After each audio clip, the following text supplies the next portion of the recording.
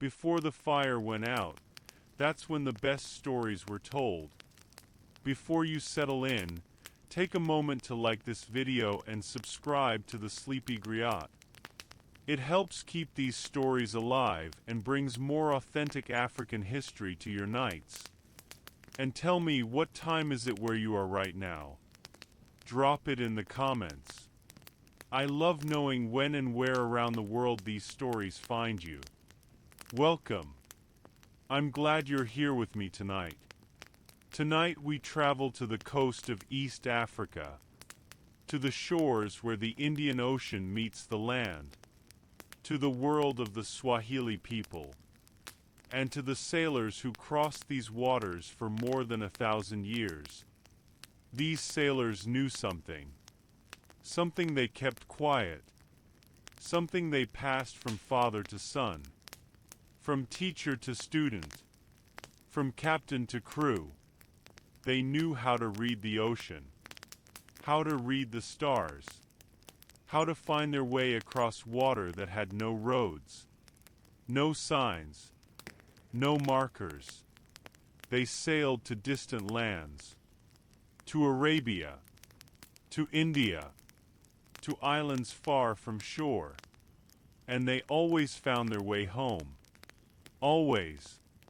Other sailors got lost. Ships disappeared. Crews never returned. But the Swahili sailors knew the secrets. They performed rituals. They spoke to the stars. They listened to the water. And the ocean guided them. This is not a story about magic. This is history. This is knowledge. This is what the Swahili sailors knew, and what they kept to themselves. Because knowledge is power, and this knowledge kept them safe, kept them successful, kept them alive. Let your breathing slow. Let yourself drift toward the coast. Let the sound of waves wash over you. Let yourself understand that the ocean can be read. If you know how. If you learn the old ways. If you respect what has been passed down. We begin at the edge of the water, where the land meets the sea. The Swahili coast. The coast of East Africa stretches for thousands of miles. From Somalia in the north, down through Kenya, through Tanzania, to Mozambique in the south. This coast has many names, many peoples, many languages. But they share something. They share the ocean. And they share the knowledge of how to cross it. The Swahili people have lived on this coast for many centuries. More than 1,000 years. Maybe longer. They built towns along the water. Stone towns. Beautiful towns. With houses made of coral. With mosques. With markets. With harbors where ships came and went. These towns had names. Lamu. Mombasa.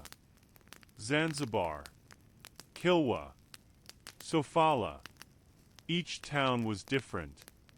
But they all lived by the ocean. And they all depended on the sailors who crossed it. The sailors were important people. They brought trade. They brought news. They brought goods from far away. Gold. Ivory. Spices. Cloth. They traded with Arabia. With Persia. With India. With islands scattered across the Indian Ocean. The sailors made the towns wealthy. Made them powerful. Made them connected to the wider world. But sailing the Indian Ocean was not easy. The ocean is vast. It has no paths. No markers. No signs to show the way. A ship could sail for days. For weeks. Seeing nothing but water and sky. If you did not know how to find your way, you could sail in circles. You could sail away from land forever. You could be lost. Many sailors were lost this way. European sailors especially. When they first came to the Indian Ocean, they struggled. They got lost. Their ships disappeared. Because they did not know the secrets. They did not know how to read the ocean, how to read the stars, how to navigate without charts or compasses. But the Swahili sailors knew. They had learned over centuries. Their grandfathers had learned from their grandfathers. Back and back through time. The knowledge was old, was tested, was proven, and it worked. The sailors used the stars. They watched how the stars moved across the sky. They knew which stars appeared at which times of year. They knew which stars pointed toward land, which stars showed the way to Arabia, which stars led to India. The night sky was like a map, if you knew how to read it. They also used the wind. The Indian Ocean has special winds. Winds that blow in one direction for half the year, then blow the opposite direction for the other half. These winds are called monsoons. The Swahili sailors understood the monsoons. They knew when the winds would change. They knew how to use the winds to sail to distant places, and how to wait for the winds to change, to sail home again. They used the waves. The ocean has patterns. Waves move in certain directions, certain rhythms. The sailors could feel these patterns, could read them, could understand which waves meant land was near, which waves meant deep ocean, which waves meant storms were coming. They used the birds. Certain birds live on land. When sailors saw these birds, they knew land was close. Other birds live far from shore. When sailors saw only ocean birds, they knew they were far from land. The birds were signs, were messages, were guides. They used the clouds. Clouds form differently over land than over ocean. Clouds gather over islands, even when the island is too far away to see. The sailors watched the clouds, read their shapes, their colors, their movements. The clouds told them where land was hiding beyond the horizon, and they used rituals, special practices, things they did at midnight, when the stars were brightest, when the ocean was quietest, when the boundary between the physical world and the spiritual world was thinnest. These midnight rituals were important, were secret, were passed down carefully, were what made the difference between a sailor who always found his way and a sailor who got lost forever. The training of a sailor. You are 12 years old. Your father is a sailor. His father was a sailor. Your family has sailed the ocean for generations. Now it is your turn to learn. Your father takes you to the harbor, shows you the dhow, the traditional Swahili ship. It is beautiful, wooden, with a large triangular sail. The dhow has been used for centuries, has been perfected over time. It is designed for the Indian Ocean, for its winds, for its waves, for its demands. Your father explains. This dhow will carry you across the water. But the dhow alone is not enough. You must know how to guide it, how to read the signs, how to find your way. I will teach you, as my father taught me, as his father taught him. The training begins on land. not on the water. You must learn the stars first. Your father takes you out at night, away from the town lights, where the sky is dark, where you can see every star, thousands of them, more than you can count. Look, your father says. He points to the sky. That is the North Star. It sits still while the other stars move around it. The North Star shows you which way is north. Always. No matter where you are. No matter what time of year. If you can find the North Star, you can find your way. You learn to find the North Star. You practice every night. Looking up. Searching. Finding it. Marking its position. Understanding that it is always there. Always pointing north. Always reliable. But the North Star is only one star. You must learn many more. Your father points out constellations. Groups of stars that make patterns. Each constellation has a name. Has a story. Has a purpose. That one is called the Scorpion, your father says. It rises in the east after sunset during certain months. When you see the Scorpion, you know which direction is east. You know which way the land lies. You can use the Scorpion to guide you home. Night after night, you learn the stars. You learn which ones rise and set at different times. Which ones stay visible all year. Which ones appear only during certain seasons.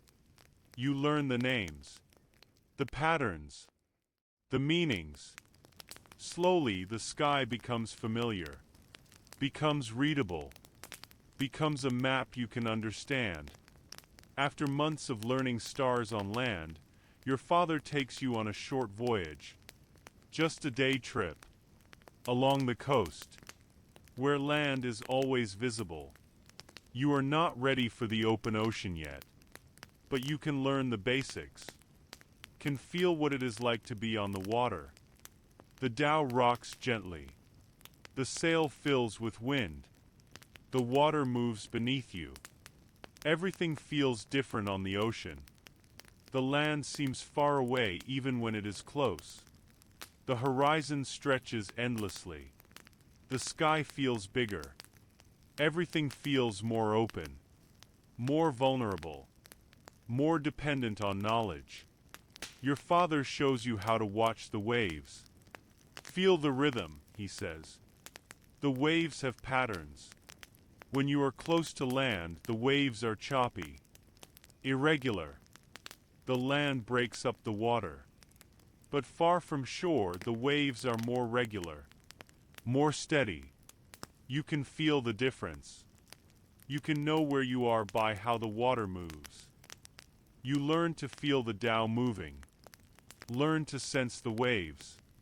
Learn to understand the ocean through touch, through motion, through the subtle messages the water sends through the wood of the ship. Over time, your training continues. You make longer voyages. You go further from shore. You learn to navigate using stars alone. You learn to wait for the right winds. You learn to read the clouds. You learn to watch for birds. You learn all the practical knowledge that keeps sailors safe. But there is something else. Something your father has not yet taught you. Something he only mentions quietly. The midnight rituals. The spiritual practices. The secret knowledge that goes beyond stars and winds and waves. When you are older, your father says, when you have proven yourself, when you are ready, I will teach you the night rituals. The practices we perform when the ocean is dark, when the stars are bright, when we need guidance that comes from more than just watching the sky. There are things you must do, things you must say, things you must offer, to stay safe on the ocean, to find your way when the way is unclear. To return home when home seems impossibly far away. You are curious. You want to know now. But your father shakes his head. Not yet. First you must master the basics. Must prove you are serious. Must show you can be trusted with knowledge that others do not have. The rituals are powerful, are important, are not for children, are not for those who might speak carelessly, are only for sailors who understand that some knowledge must be kept quiet, must be protected, must be passed on carefully. So you wait, you practice, you learn everything else first, and slowly over years you become a sailor, a real sailor, one who can be trusted, one who is ready for the deeper knowledge, for the rituals that happen at midnight, when the ocean is dark, and the stars are watching. The first midnight ritual. You are 17 now. You have sailed many times. You have proven yourself. Your father decides you are ready.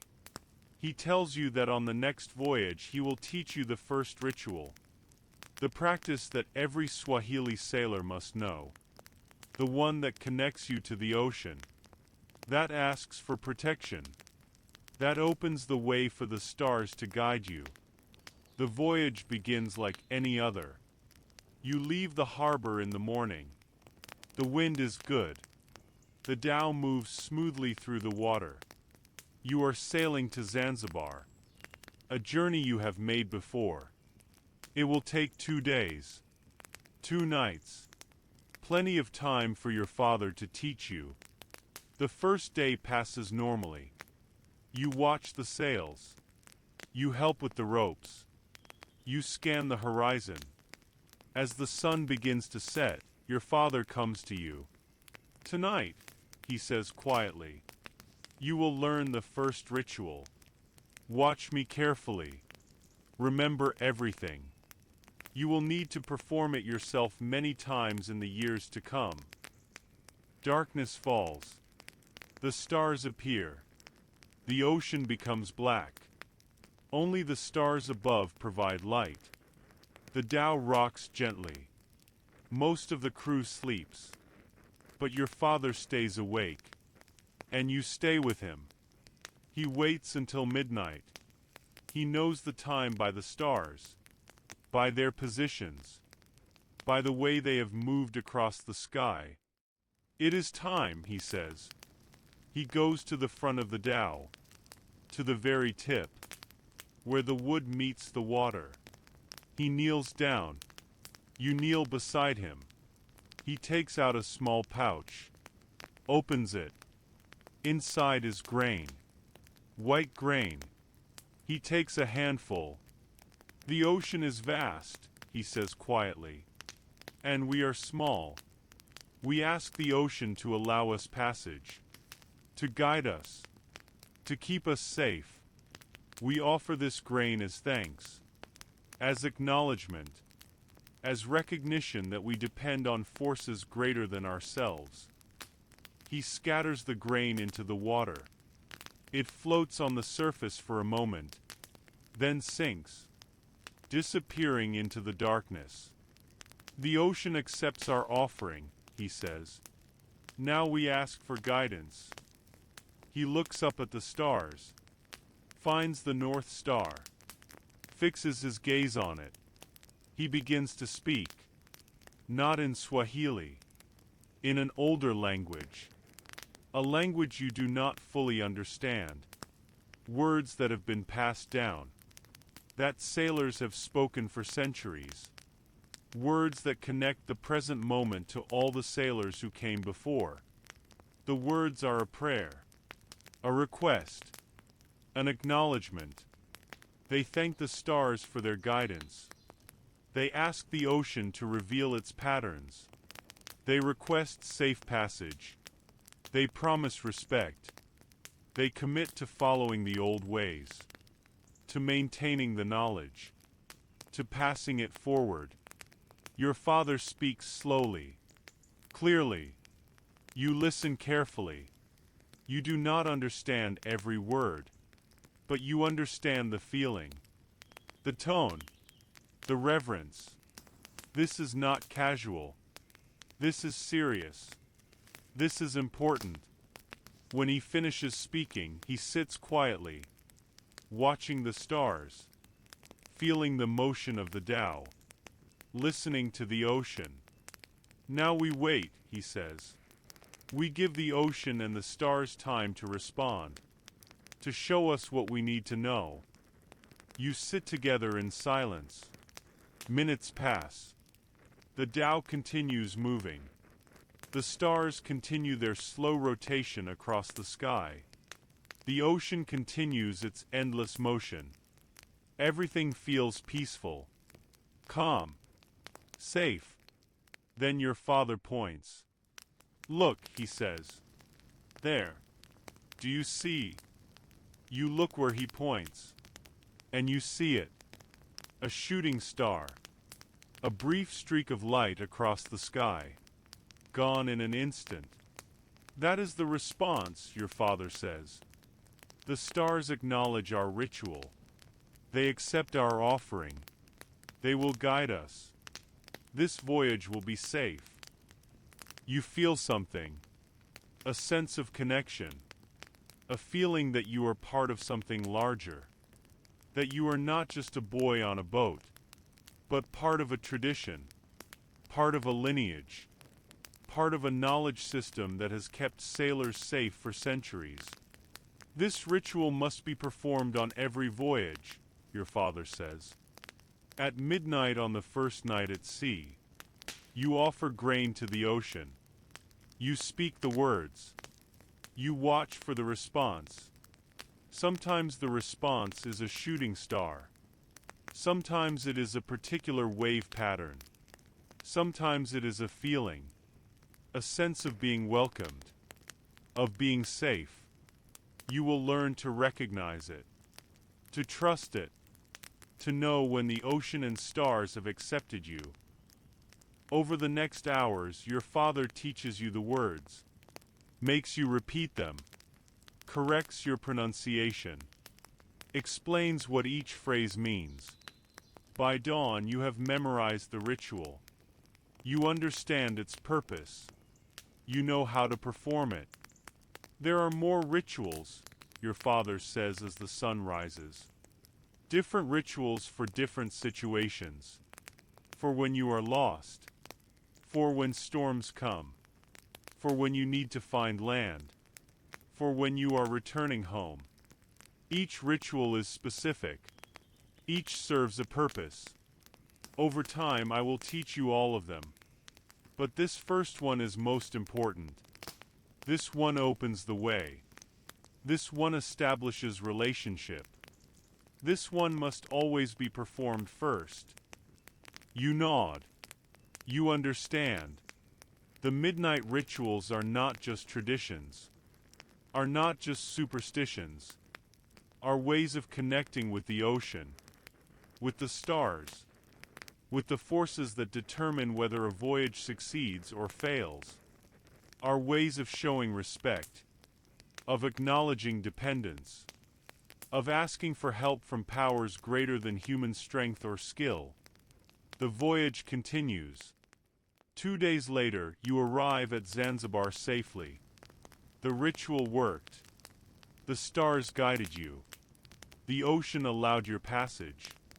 You have taken your first step into the deeper knowledge, into the secrets that Swahili sailors keep, into the practices that make the difference between finding your way and being lost forever. The sailor's oath. Before you can learn more rituals, your father says you must take an oath, a promise, a commitment that binds you to the knowledge, that ensures you will use it properly, that guarantees you will keep it secret from those who are not sailors, who are not part of the tradition, who have not earned the right to know. Your father gathers several experienced sailors, captains, men who have sailed for decades, men who know all the rituals, who have proven themselves countless times. They meet at night, in a quiet place away from the town, under the stars. You stand before them, nervous, respectful, understanding that this is serious, that what happens tonight will bind you, will change you, will make you fully a sailor in the deepest sense. The oldest captain speaks. His voice is soft but firm. You wish to learn the sacred knowledge, he says. You wish to know the rituals that keep sailors safe, that guide us across the ocean, that bring us home. This knowledge is powerful, is precious, is not for everyone. Before we teach you more, you must promise, must commit, must take the oath that every sailor before you has taken. You nod. I am ready, you say. The captain continues. You must promise never to speak of these rituals to outsiders, never to teach them to those who are not sailors, never to use them carelessly, never to perform them without proper respect, never to change them, never to add to them, never to diminish them.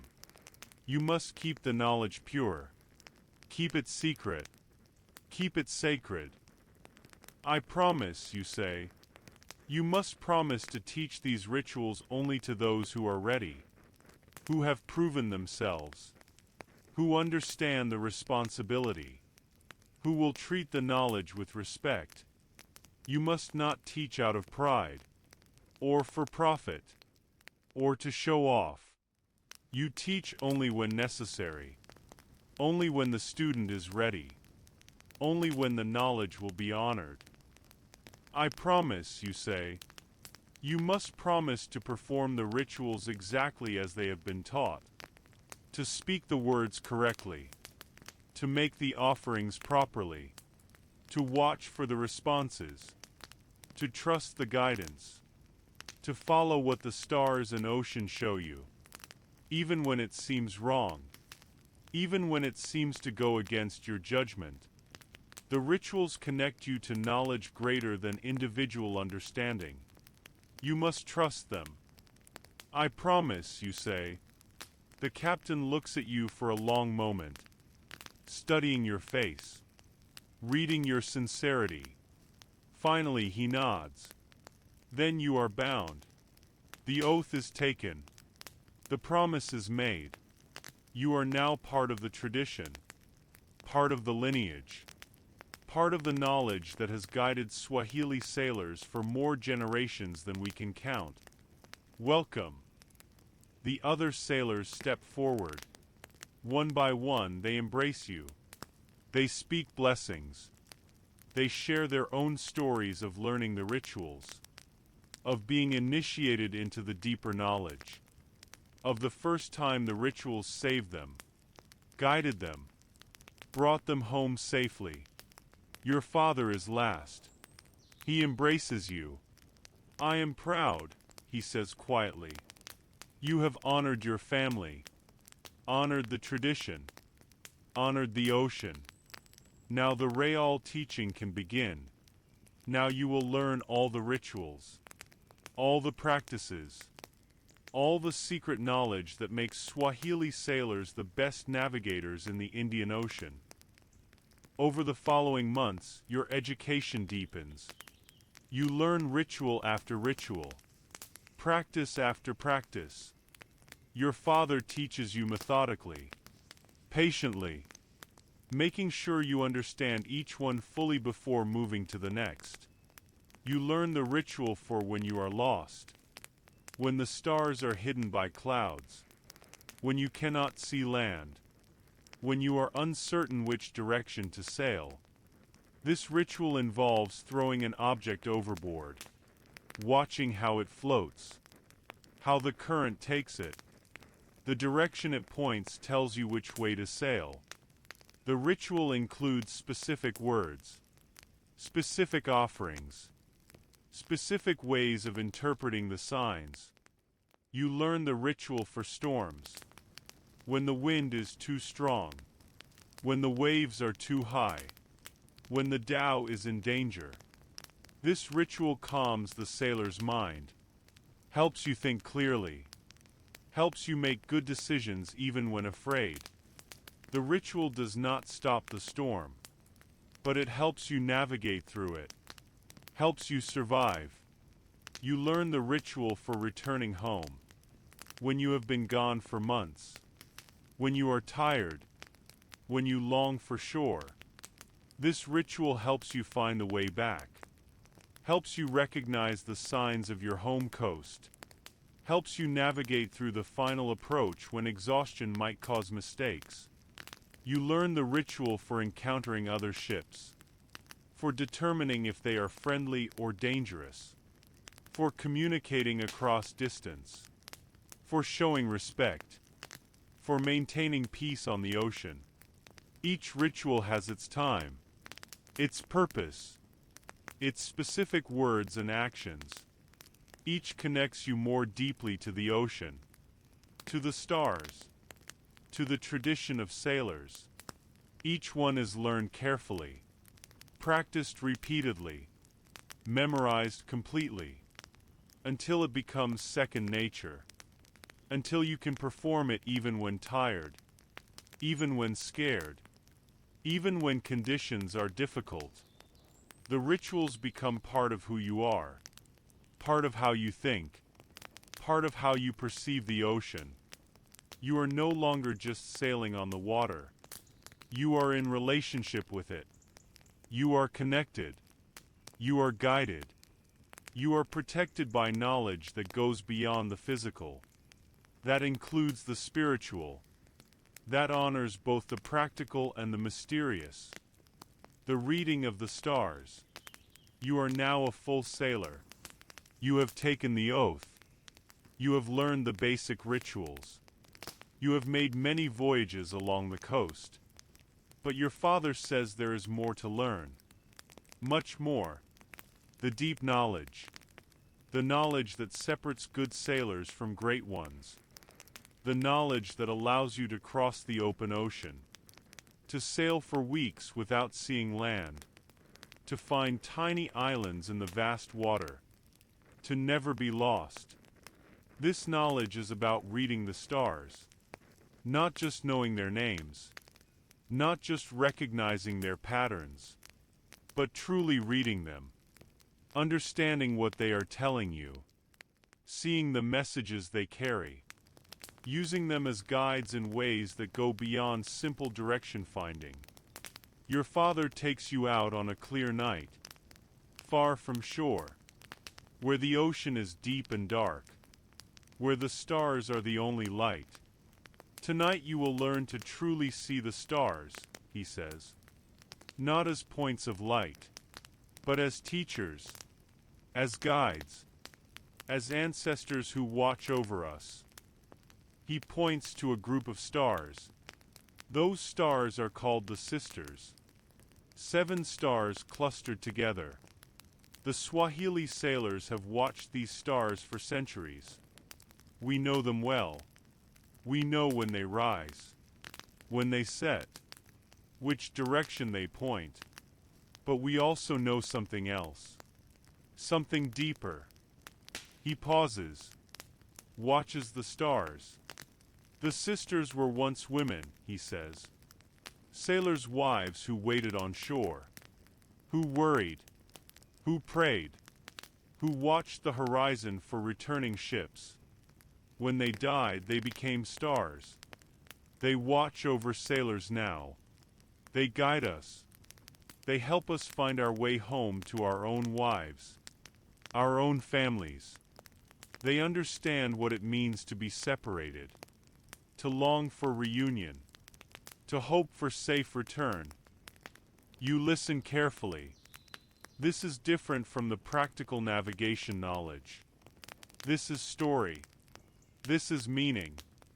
This is relationship between sailors and stars that goes beyond astronomy. When you look at the sisters, your father continues, you do not just see direction.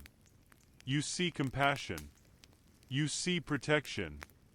You see the love of those who wait for us. And this changes how you navigate. You trust the sisters more deeply. You follow them more confidently. Because you know they want you to return safely. They are not just stars. They are guardians. Over many nights, your father teaches you the stories behind each constellation. Each group of stars has meaning, has history, has relationship with sailors. The stories are old, passed down through generations. Some are about sailors who died at sea, who became stars to guide others. Some are about sea creatures who help lost sailors, who appear as star patterns. Some are about gods and spirits who protect the ocean, who watch over those who travel its waters. These stories do more than entertain. They help you remember the stars, help you recognize them quickly, help you understand which stars are most important for navigation. The stories create emotional connection, create relationship, create trust between you and the night sky.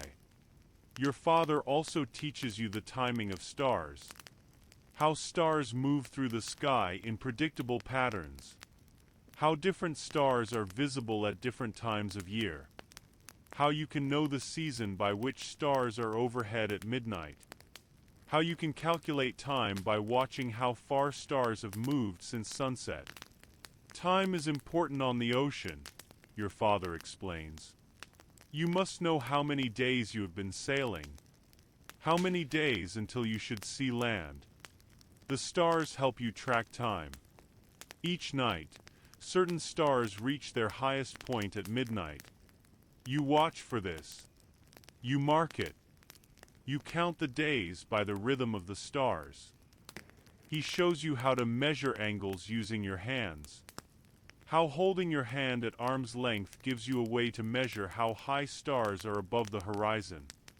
How this measurement changes as you sail. How you can use these changes to know how far you have traveled. To estimate your position. To calculate when you should reach your destination. The measurements are not precise. Not like modern instruments. But they work. They give you enough information, combined with the winds, with the waves, with the birds and clouds, with the rituals and offerings.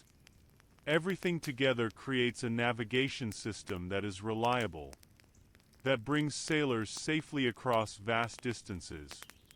Your father teaches you to watch certain stars more carefully than others. That star there, he points. We call it the traveler. It moves faster than others across the sky. It rises in a different position each night. During certain months, the traveler guides us to the southern islands. During other months, it shows the way to Arabia. You must know which month it is. Must track the traveler carefully. Must follow it at the right time.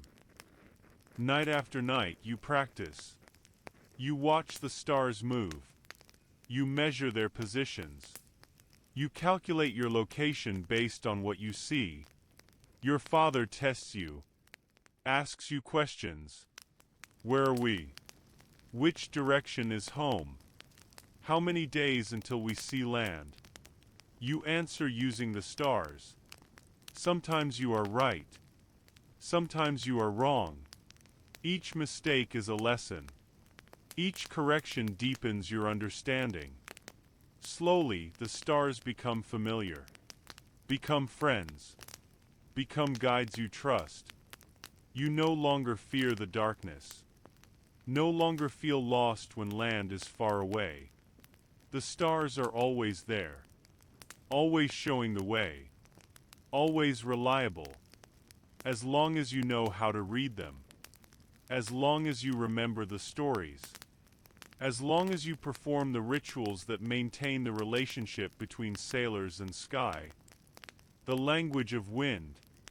The stars guide you through the night. But during the day you need other guides.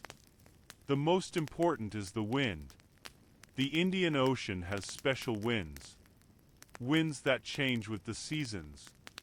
Winds that blow steadily for months at a time. Then reverse. Then blow the opposite direction for the next months. These are the monsoon winds. And understanding them is essential for any sailor who crosses the ocean. Your father explains. The wind is not random. It follows patterns. Ancient patterns. Patterns that repeat every year. Our ancestors learned these patterns. Learned when the winds change. Learned how to use them. This knowledge is what allows us to sail so far. To reach distant lands. To return home safely. He teaches you the two main monsoons. The northeast monsoon. And the southwest monsoon. Each lasts about half the year. Each blows from a different direction. Each creates different conditions on the ocean. The northeast monsoon blows from Arabia toward Africa, your father says. It begins in November. Lasts until March. During these months, the wind pushes ships from Arabia to our coast. Traders come from the north. Bring goods. Bring news. Bring opportunities. This is when we receive visitors. When foreign ships arrive at our ports. He traces patterns in the air, showing how the wind moves, how it flows across the ocean, how it fills the sails and pushes ships southward. But the northeast monsoon does more than bring traders to us. It also allows us to sail north, to Arabia, to the Gulf, to lands far from our coast. We sail against the wind using special techniques, tacking back and forth, moving slowly but steadily northward, making progress even when the wind seems to be against us. You learn these techniques, how to angle the sail, how to catch the wind even when it is not directly behind you, how to zigzag across the water, moving forward even when the wind is not helpful. It is difficult, requires skill, requires patience, but it works. Allows you to sail in directions the wind does not directly push you. In March, your father continues. The wind begins to change. It weakens, becomes unpredictable. This is the transition time, the time between monsoons. Sailing is difficult during transition. The wind might blow from any direction, might stop completely, might change hour by hour. We avoid long voyages during transition. We wait. We stay close to shore. We prepare for the change. Then comes the southwest monsoon, the great wind that blows from April to October, the wind that dominates the ocean for half the year. The southwest monsoon is powerful, your father says. It blows from Africa toward Arabia and India. It pushes ships northward, makes it easy to sail to distant lands. This is our traveling season, when we make the long voyages, when we carry trade goods to Arabia, to Persia, to India, when we sail with the wind behind us, moving fast, covering great distances. The southwest monsoon brings rain, brings storms sometimes, brings rougher seas, but it also brings opportunities, brings the ability to reach places that would be difficult or impossible during other times. We plan our voyages around the monsoons, your father explains. If we want to sail to India, we leave in April or May. When the southwest monsoon begins, we sail with the wind, arrive in weeks. Then we wait. We stay in India through the summer, trading, resting, Preparing. In November, when the northeast monsoon begins, we sail home. The wind that pushed us north is now reversed. The new wind pushes us south, back to our coast, back to our families. The monsoons make the journey possible. You begin to understand the rhythm, the yearly cycle that governs ocean travel. The Swahili sailors are not fighting the ocean, are not forcing their way across it, are working with it, are moving with the natural rhythms, are using what the ocean provides. This is the secret.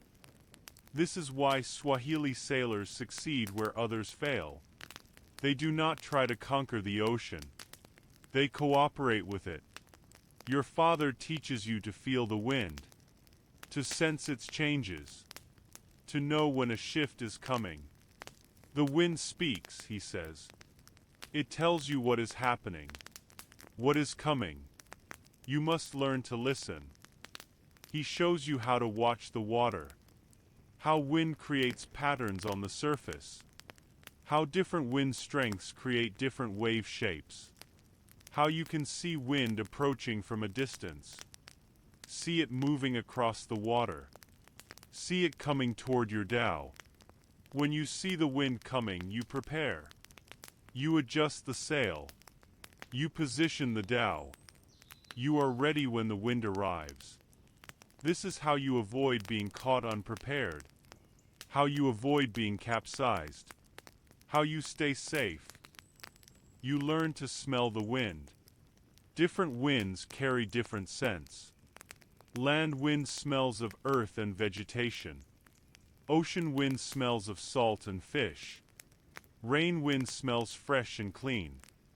Storm wind smells different. Darker somehow. More threatening. You learn these smells. Learn to recognize them. Learn what they mean. You learn to hear the wind. How it sounds different in the sail depending on its strength. How it whistles through the rigging. How it roars when strong. How it whispers when gentle. The sounds tell you about the wind, about whether it is steady or gusting, about whether it is growing stronger or weakening. All these senses combine, create a complete understanding of wind, of how it is behaving, of what it is doing, of what it will do next. This understanding cannot be learned from books, cannot be taught in a classroom, must be experienced, must be felt, must be lived. You spend months on the ocean, feeling, watching, learning. Slowly the wind becomes readable, becomes predictable, becomes a tool you can use confidently. The midnight ritual of direction. One night, many miles from shore, you face a problem. The stars are hidden by clouds. Thick clouds that cover the entire sky. You cannot see the North Star. Cannot see the constellations. Cannot use the stars to navigate. The wind is light and variable, not giving clear direction. The waves are confused, coming from multiple directions. You are not sure which way to sail. Your father sees your concern. This is when you need the midnight ritual of direction, he says calmly. The ritual for when the usual signs are unclear. When you need guidance that comes from beyond what you can see. This ritual has saved many sailors, has brought them home when they thought they were lost. Now you will learn it. He waits until midnight. Even though you cannot see the stars, he knows the time, knows it by feel, by the hours that have passed since sunset, by the rhythm of the night. Midnight is the threshold, he explains. The middle of the night. The time when the barrier between worlds is thinnest. When the spirits can hear us most clearly. When guidance can come most easily. He goes to the center of the dhow, takes out several small objects. A shell, a feather, a piece of coral, a small stone. He arranges these objects in a pattern on the deck. These items represent the 4 directions, he says. North, south, east, west. Each object has been blessed, has been prepared through prayers and offerings. Each holds power to show the way. He kneels before the objects. You kneel beside him. He begins to speak.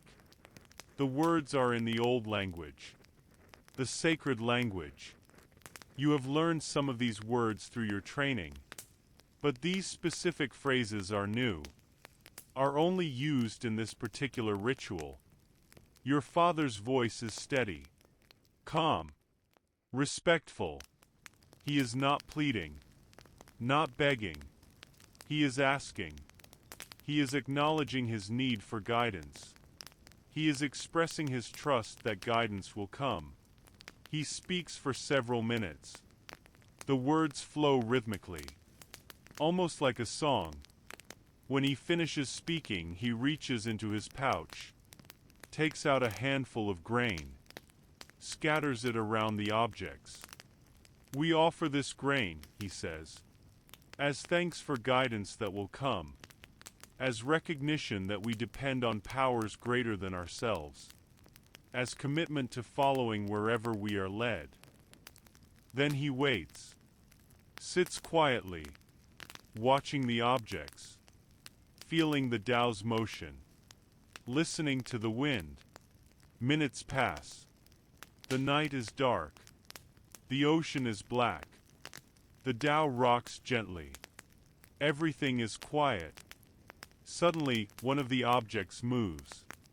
The shell. It slides slightly across the deck.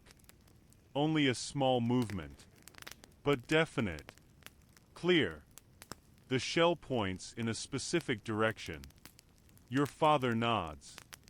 There, he says. That is the direction we should sail. The spirits have answered. The guidance has come. We will follow the shell's direction.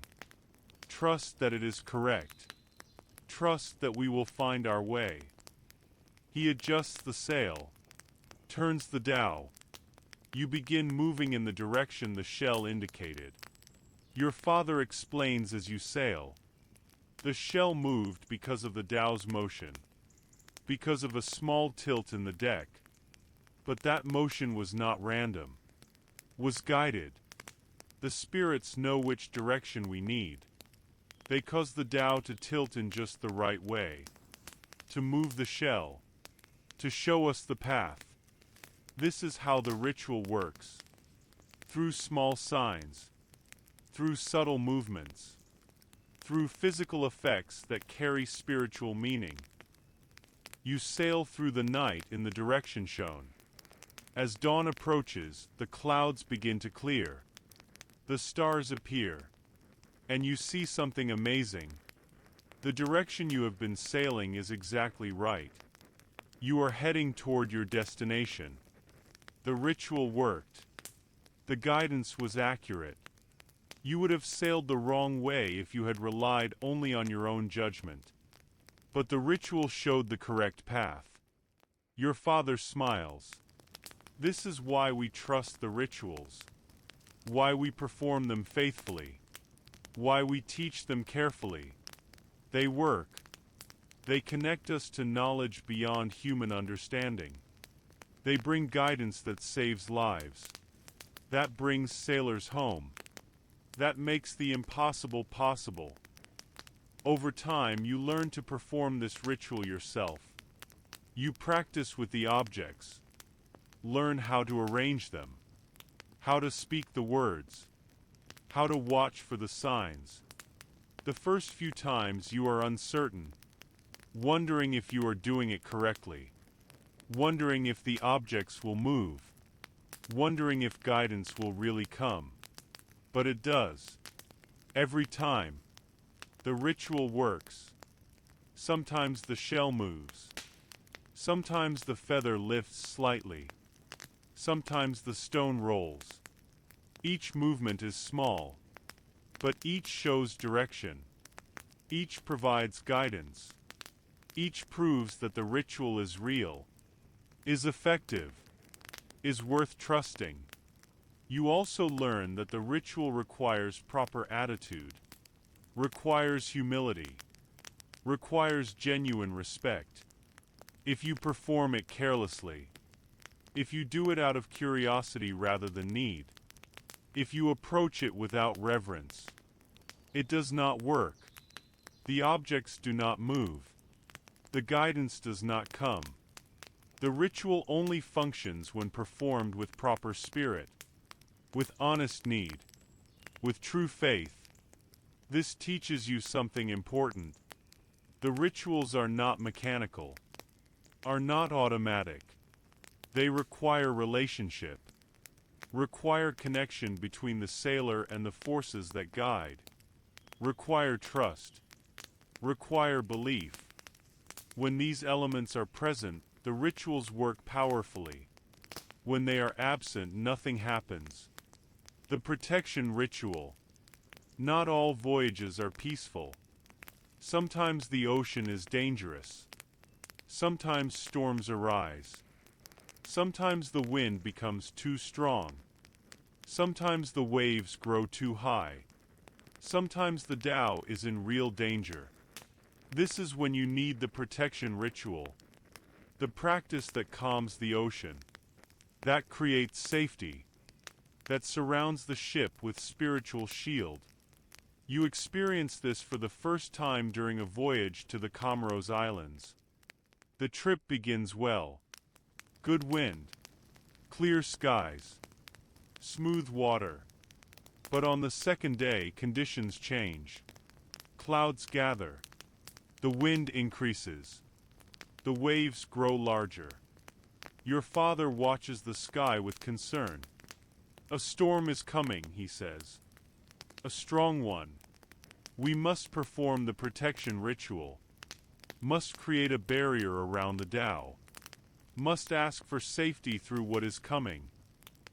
He does not wait for midnight. This ritual can be performed any time, whenever danger threatens, whenever protection is urgently needed. He gathers the crew, all 5 sailors on the dhow. We will do this together, he says. The protection is stronger when multiple sailors participate, when multiple voices ask, when multiple hearts believe. The sailors form a circle on the deck. Your father stands in the center. He holds a small bowl. Inside is water mixed with herbs. Sacred water that has been prepared for this purpose. Each sailor carries such water on voyages, prepares it before leaving port, blesses it through prayers and offerings. Your father begins to speak. The words are different from other rituals. These words are specifically for protection, for safety, for creating a barrier against harm. The other sailors join in, speaking in unison. Their voices blend together, create a sound that is both prayer and command, both request and declaration. As they speak, your father dips his fingers in the sacred water, flicks drops toward the 4 directions: north, south, east, west. The drops fly through the air, disappear into the ocean. We cast a circle of protection, your father says between phrases, around this dhow, around this crew, around this voyage. Nothing shall harm us. Nothing shall sink us. We are protected by the spirits, by the ancestors, by the ocean itself, which knows we honor it, which knows we respect it, which knows we trust it. The ritual continues for several minutes. The sailors' voices grow stronger, more confident. The wind continues to increase. The waves continue to grow. But something changes. The fear that was present begins to fade. The tension eases. Not because the danger is gone, but because the sailors feel protected, feel watched over, feel that they are not alone facing the storm. When the ritual ends, your father instructs the crew. Prepare the dhow. Secure everything. Lower the sail partially. We will ride through the storm. The protection is in place. We will be safe. But we must still do our part. Must still act wisely. Must still navigate carefully. The protection does not mean we can be careless. It means that when we do our best, the spirits will do the rest. The storm hits an hour later. The wind howls. The waves crash over the dhow. Rain falls in sheets. Lightning flashes. Thunder roars. The dhow rocks violently. Water pours over the deck. Everything is chaos. Everything is frightening. But the dhow does not sink. The mast does not break. The sail does not tear. The crew remains calm. Works together. Bails water. Adjusts the sail. Steers carefully. Survives. After several hours, the storm passes. The wind calms. The waves decrease. The clouds begin to clear. The dhow is intact. The crew is safe. Everyone is exhausted. But everyone is alive. Your father gathers the crew again. We must give thanks, he says. Must acknowledge that the protection worked. Must show gratitude. This is part of the ritual. Not just asking for protection, but thanking when it is granted. Each sailor takes a small amount of grain, scatters it into the ocean, speaks words of thanks. Simple words, but heartfelt, genuine. The ritual of gratitude completes the circle, completes the protection, maintains the relationship that makes future protection possible. Later, your father explains more about the protection ritual. The storm was real, he says. The danger was real.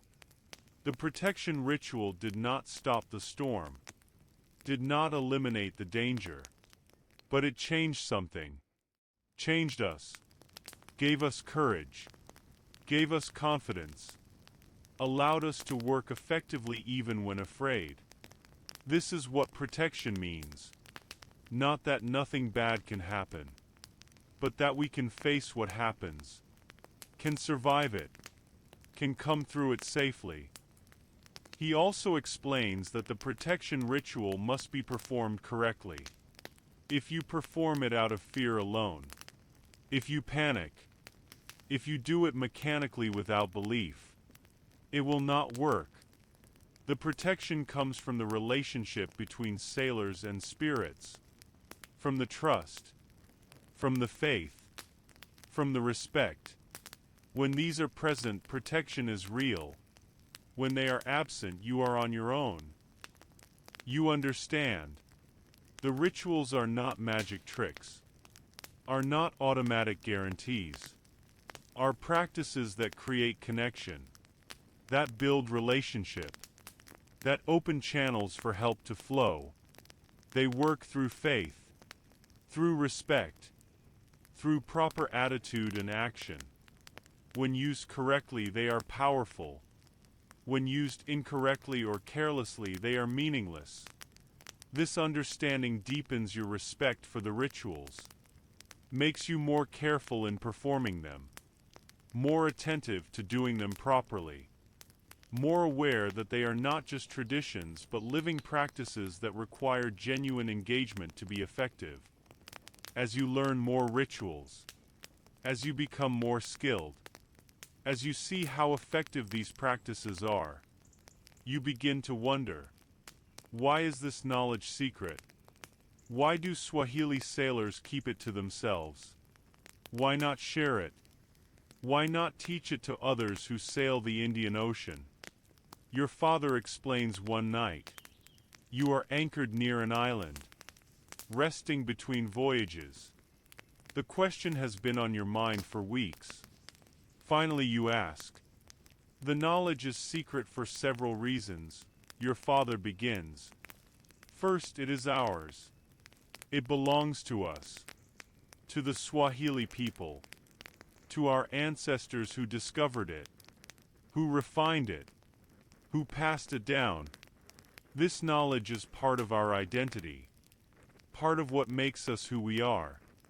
If we share it with everyone, it loses value, loses meaning, becomes common rather than special. He looks out at the ocean. Second, the knowledge gives us advantage. We are the best navigators on the Indian Ocean because we know what others do not. Traders need us, need our ships, need our sailors, need our ability to cross the ocean safely. If we taught everyone our secrets, we would lose this advantage, would lose our importance, would lose our livelihood. You nod. This makes sense. The knowledge is economic power, is what makes Swahili sailors valuable, what allows them to earn good money, what supports families and communities. But there is a third reason, your father continues, more important than the others. The knowledge is sacred. The rituals connect us to the spirits, to the ancestors, to forces that must be respected.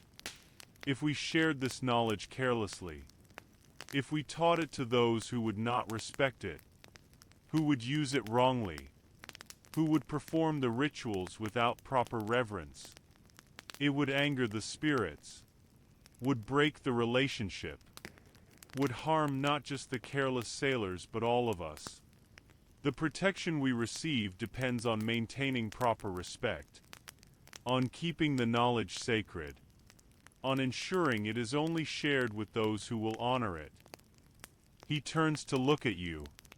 This is why the oath is so important, why we make you promise before we teach you, why we test you, why we watch to see if you are ready.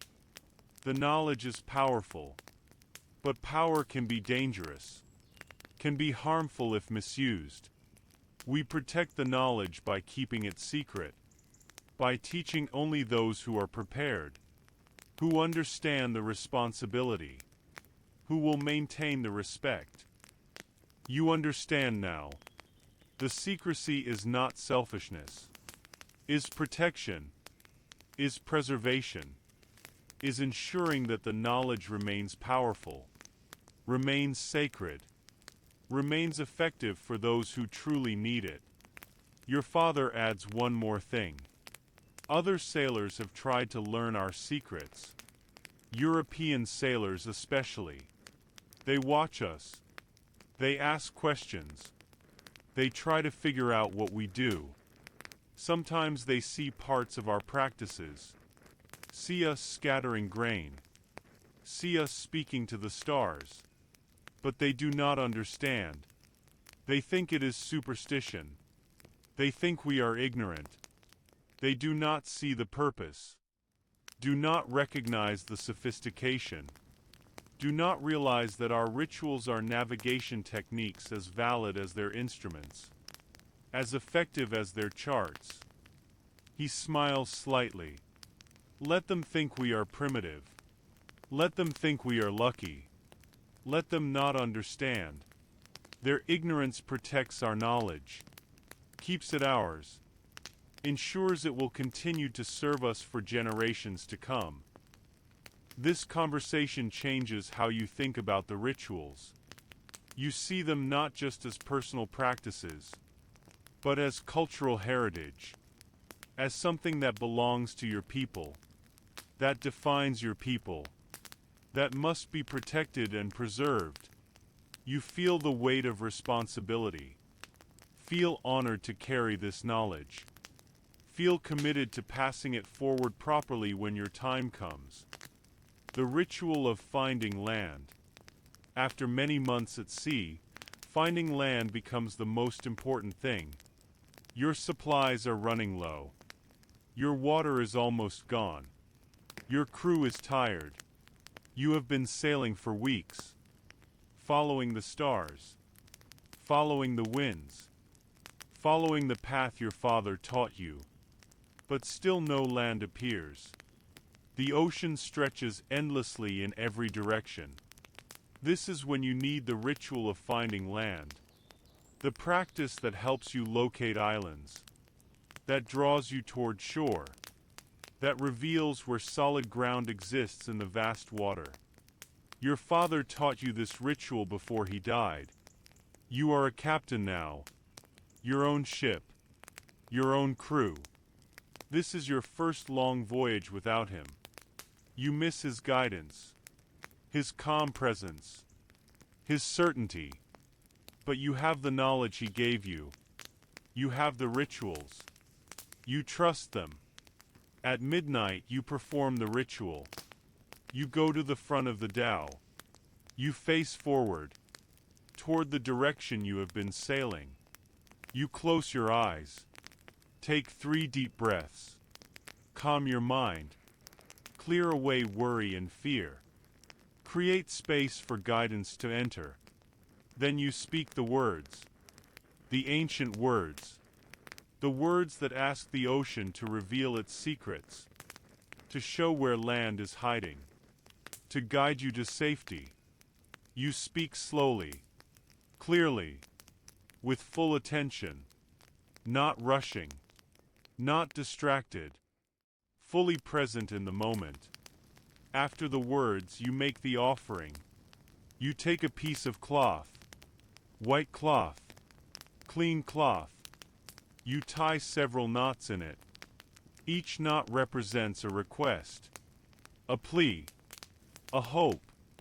You tie the cloth to a small stone. Then you throw it overboard. Into the dark water. Watching it sink. Watching it disappear. Now you wait. You sit at the front of the dhow. Watching. Listening. Feeling. The ritual says that within 3 days, land will appear. The cloth and stone have created a connection. Have sent a message into the depths. The ocean will respond. Will guide you. Will show the way. The first day passes. No land. Only water. Only waves. Only the endless horizon. But you do not worry. The ritual said 3 days. You trust this. You continue sailing. Continue watching for signs. The second day you see birds. Large birds. Seabirds. But not the kind that live far from shore. These are birds that rest on land. That fish near coastlines. That roost on cliffs and beaches. Their presence means land is somewhere near. Maybe a day away. Maybe less. You adjust your course. Follow the direction the birds are flying. They know where land is. They are returning from fishing. Returning to their nests. To their homes. You follow them. Trust them. Use them as guides. The third day, just after dawn, you see it.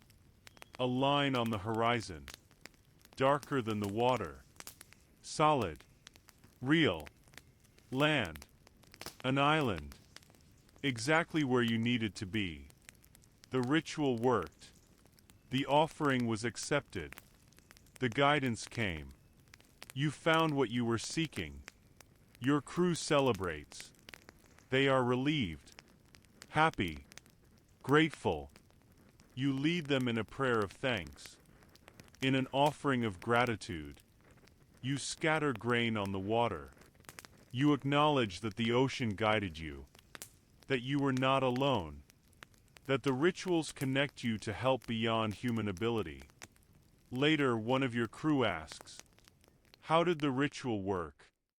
How did throwing cloth and stone into the water help us find land?" You explain as your father explained to you. The ritual does several things, you say. First, it focuses our attention, makes us watch more carefully for signs of land, makes us notice birds and clouds and wave patterns we might otherwise miss. The ritual sharpens our senses, makes us better observers. You continue. Second, it calms our worry. Fear makes us make bad decisions, makes us doubt, makes us change direction unnecessarily. The ritual gives us confidence, allows us to stay on course, to trust our navigation, to sail steadily rather than wandering. Third, you add, it connects us to knowledge beyond ourselves. Our ancestors sailed these waters. They know where the islands are. When we perform the ritual, we open ourselves to their guidance, to their wisdom. They help us, guide us, lead us to safety. The crew member nods. He understands. The rituals work on multiple levels: physical and spiritual, practical and mysterious. All levels together create the navigation system that brings sailors safely across the ocean, that finds land in the vastness, that never gets lost. The rhythm of the ocean. Over the years, you learn something important. The ocean has rhythms, patterns that repeat, cycles that govern its behavior. Understanding these rhythms is part of the deep knowledge, part of what makes Swahili sailors so skilled. The most obvious rhythm is the tides. Twice each day the ocean rises, twice it falls. This rhythm is caused by the moon. Your father taught you this. The moon pulls the water, creates high tide and low tide. The pattern is predictable, regular, reliable. But there are other rhythms, deeper ones, longer ones. The moon goes through phases. New moon, full moon. These phases affect the tides, make them higher or lower, stronger or weaker. Sailors must know which phase the moon is in, must adjust their navigation accordingly, must plan their approach to harbors based on when the tide will be right for entering. The seasons create rhythm too. Summer and winter, wet and dry. Each season brings different conditions, different winds, different weather patterns, different challenges. The monsoons are the most dramatic seasonal rhythm. But there are others, smaller patterns, subtle changes, all important for sailors to know. There is also the rhythm of the currents. The ocean's water is always moving, flowing in great circles and streams. Some currents are strong, push ships many miles off course. Other currents are helpful, can speed your journey if you find them. Learning where the currents flow, how they change with seasons, how to use them or avoid them. This knowledge takes years to acquire, is passed down from experienced sailors to younger ones. You learn to feel these rhythms, to sense them through the dow's motion, through how it responds to the water, through subtle changes in speed and direction. An experienced sailor can feel a current even when it is invisible, can sense the tide changing even when far from shore, can know the ocean's moods, its patterns, its predictable behaviors. This knowledge is part of why Swahili sailors never get lost. They are not just following stars, not just watching birds. They are reading the entire ocean, understanding its complete system, using every piece of information available. Stars and winds and waves and currents and tides, all together, all creating a complete picture, all guiding the way. The midnight rituals enhance this understanding. When you perform the rituals, when you sit quietly on the deck, listening, feeling, opening yourself to guidance, you become more sensitive to the ocean's rhythms, more aware of subtle changes, more connected to the water beneath you. The rituals create a state of mind, a way of perceiving, that allows you to notice things you would otherwise miss, to sense patterns that are too subtle for casual observation, to receive information that comes not through instruments, but through deep attention, through relationship with the ocean itself. You teach this to your own crew. The ocean speaks, you tell them, but you must be quiet to hear it, must be still, must be present. The rituals help us achieve this stillness, this presence. This is why we perform them, not just to ask for help, but to create the inner state that allows us to receive the help that is always available, if we are ready to perceive it. Your crew learns, slowly, over many voyages. They begin to feel what you feel, to sense what you sense, to understand the ocean's language. They become better sailors, more confident, more successful, and they in turn will teach others, will pass the knowledge forward, will maintain the tradition that has served Swahili sailors for so many generations. The story of the lost captain.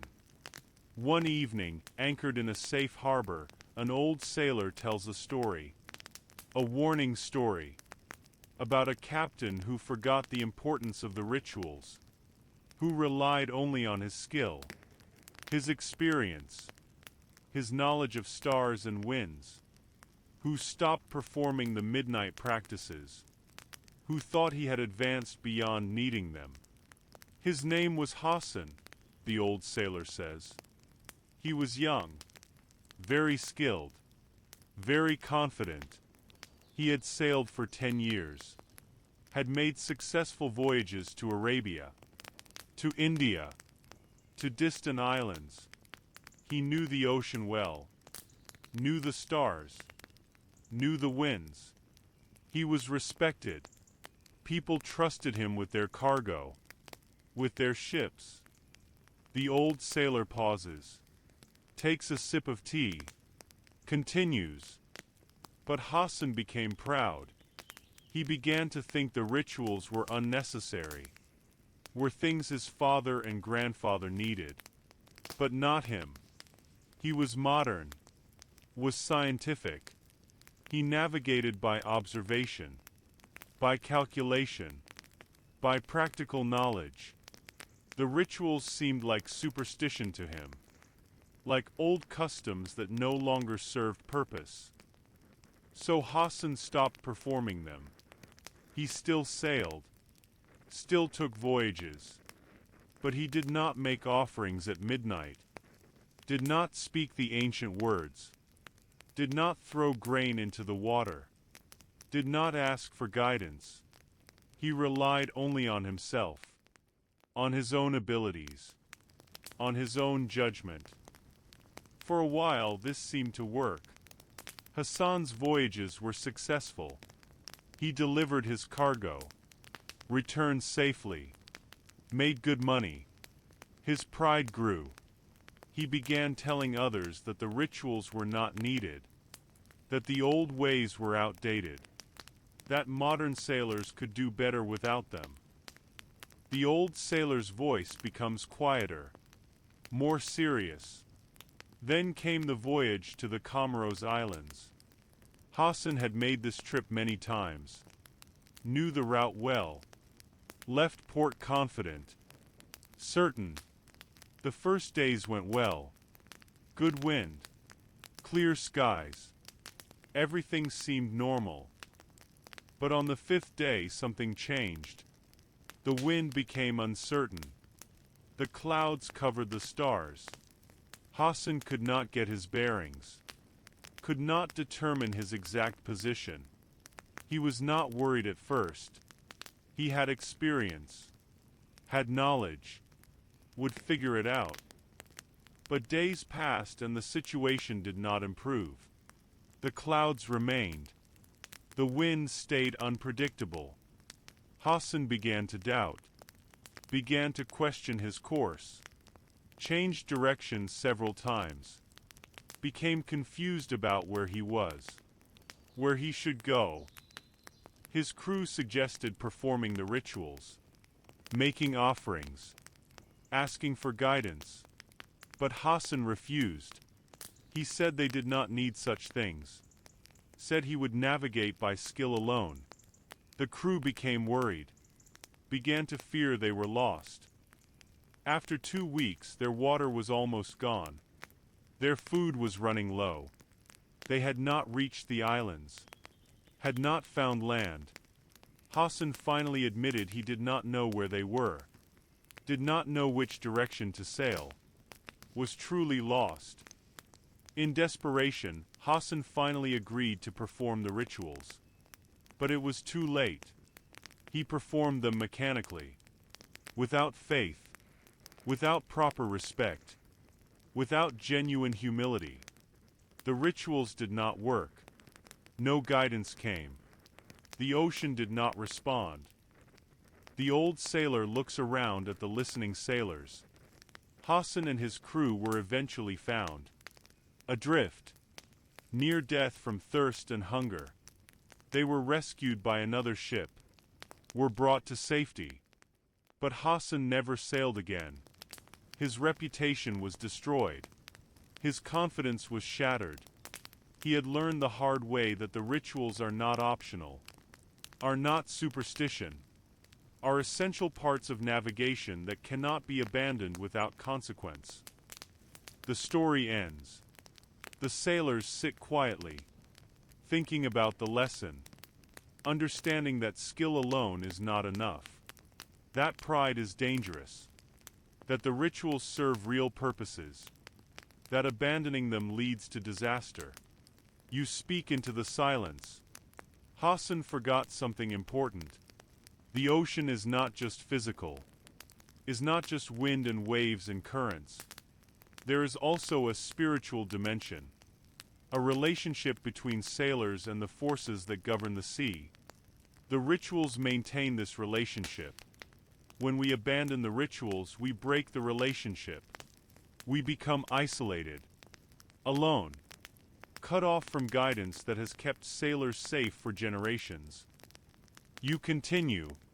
The rituals work because they are based on truth, on understanding that we are not alone, that we are connected to our ancestors, to the spirits of the ocean, to knowledge that goes beyond individual experience.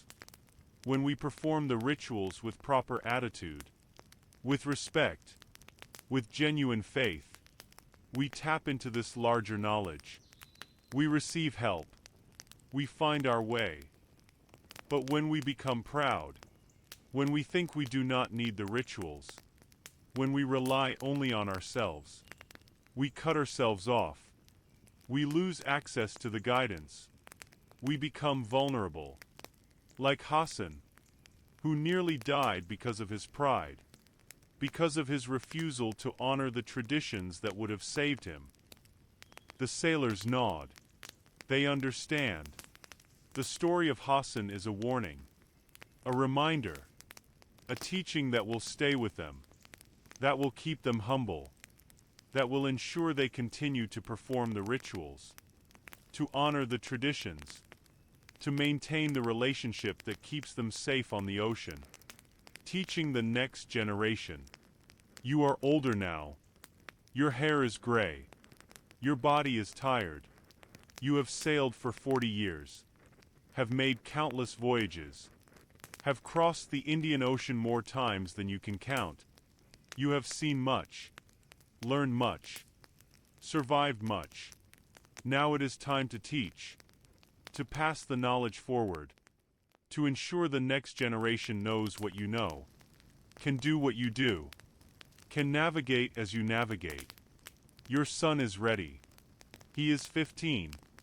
has been learning the basics, has made many coastal voyages, has proven himself, has shown respect, has demonstrated that he takes the knowledge seriously. Now you will teach him the deeper things, the midnight rituals, the sacred practices, the secret knowledge that has kept your family safe for generations. You begin where your father began with you, teaching him the stars, not just their names and positions, but their stories, their meanings, their relationships with sailors. You spend months on this, night after night, pointing, explaining, testing, making sure he truly understands, not just memorizes, but feels, connects, relates to the stars as guides and friends and guardians. Then you teach him the winds, how to read them, how to feel them, how to understand their moods and patterns, how to use them, how to work with them rather than fighting against them. This takes more months, many voyages, many experiences, many lessons learned through doing. Only after he has mastered the basics do you begin teaching the rituals. You explain their importance, their history, their purpose. You tell him the story of Hassan, the warning about pride, the necessity of maintaining respect and faith. You teach him the oath, make him understand the seriousness of what he is about to learn. Make him promise to keep the knowledge sacred, to share it only with those who are ready, to perform the rituals with proper reverence, to maintain the traditions that have served his ancestors. When he takes the oath, you feel something, a sense of continuity, a sense that something important is being preserved, that the knowledge will continue, that another generation will carry it forward. This feeling is deep, is meaningful, is part of what makes the teaching worthwhile. You teach him the first ritual, the offering at midnight, the prayer to the stars, the watching for response. You perform it together several times, guiding him, correcting him, helping him understand not just the actions, but the attitude, the inner state, the relationship with the ocean that makes the ritual effective. He learns well. He is attentive, respectful, serious about the responsibility. You are proud, not with Hassan's pride, but with the quiet satisfaction of seeing your son embrace the traditions, understand their value, commit to maintaining them. Over the next years, you teach him all the rituals, one by one, carefully, thoroughly, making sure he understands each one completely before moving to the next. The ritual of direction, the ritual of protection, the ritual of finding land, the ritual of returning home. Each one learned, practiced, internalized. You also teach him the stories, the history, the reasons behind each practice, the experiences of sailors who came before, the lessons learned through success and failure, the accumulated wisdom of generations. This context is as important as the rituals themselves. Helps him understand why they matter, why they work, why they must be preserved. One night, after a particularly good voyage, your son asks a question. Father, what happens when there are no more sailors who know the rituals? When ships have engines and navigation equipment? When no one needs to read the stars? Will the knowledge die? You consider this. It is a real question. A serious concern. The world is changing. New technologies are coming. Fewer young people want to become traditional sailors. The old ways are being forgotten. The knowledge may change form, you say slowly, may adapt to new conditions. But the core truths will remain. The ocean will always be powerful, will always demand respect, The relationship between humans and the sea will always require humility, recognition of forces beyond our control. Whether sailors use rituals or instruments, these truths remain. You look at your son, but as long as there are those who remember, who practice, who pass it forward, the knowledge will live. This is why I teach you, why you must teach your children, why the chain must not break. Each generation keeps the flame alive, protects the wisdom, ensures it continues. And who knows, you add, perhaps someday the new technologies will fail. Perhaps sailors will need the old knowledge again. Will need to know how to navigate by stars, how to read the wind and waves, how to perform the rituals that connect them to the ocean's guidance. If that day comes, the knowledge must still exist, must be available, must be alive in someone's practice and memory. Your son nods. He understands. He accepts the responsibility. He will carry the knowledge forward, will teach his own children, will keep the tradition alive. The chain will continue, at least one more generation. And that is all you can do. Pass it forward. Trust that others will do the same. Have faith that what is valuable will not be completely lost. The ritual of gratitude. There is one ritual you teach your son that is different from the others. It is not performed when you need something, not when you are lost or in danger or seeking guidance.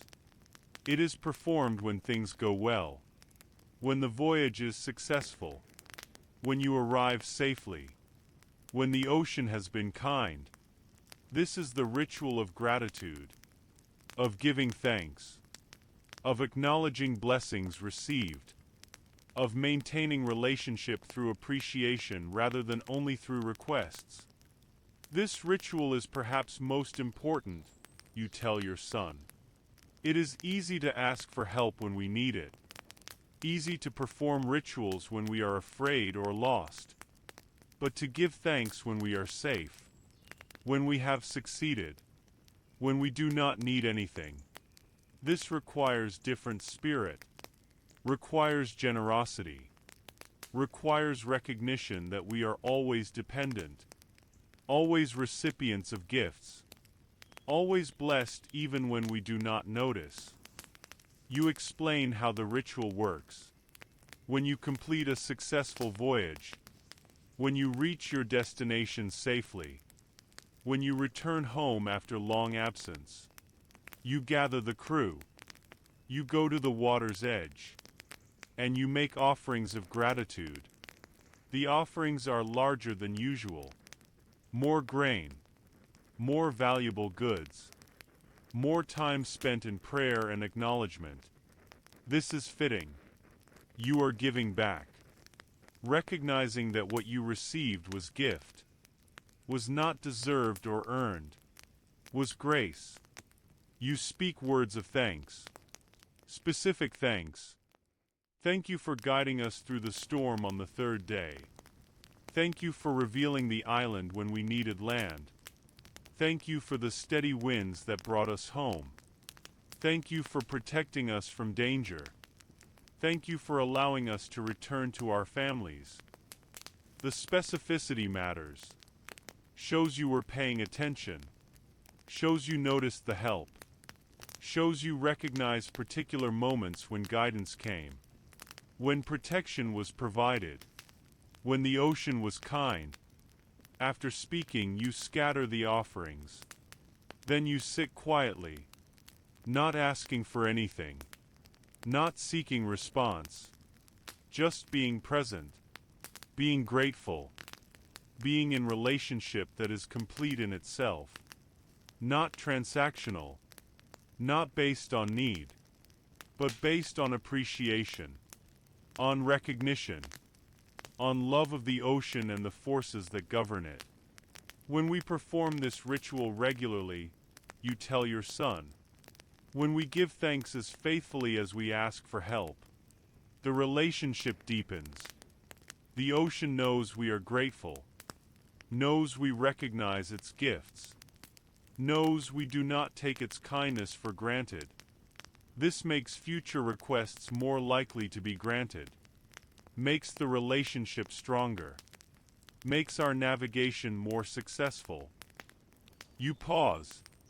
But that is not why we do it. We do not give thanks in order to get more help.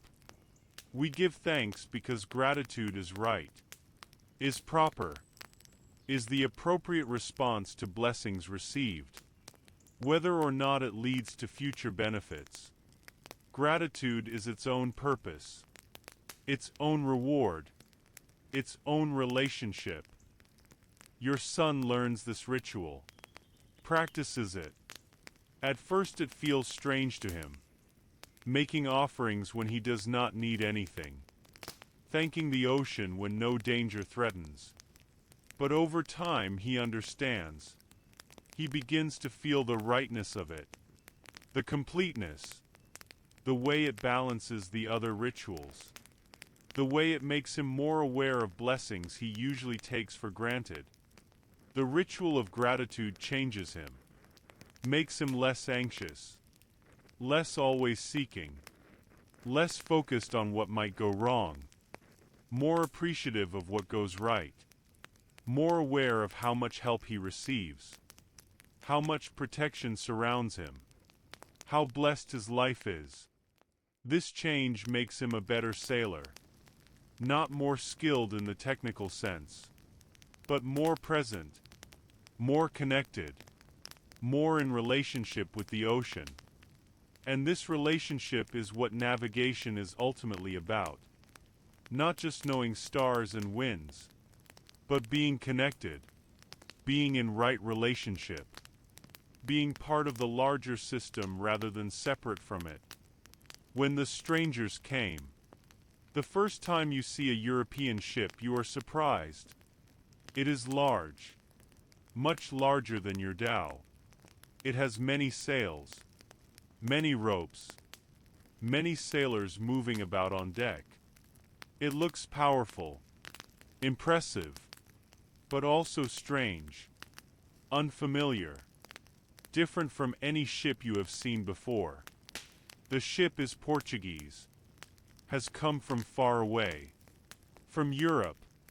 The sailors on board do not know the Indian Ocean, are learning as they go, are making mistakes, are getting lost, are struggling with conditions you understand easily. You watch them with curiosity. They have instruments, metal tools that measure angles and positions.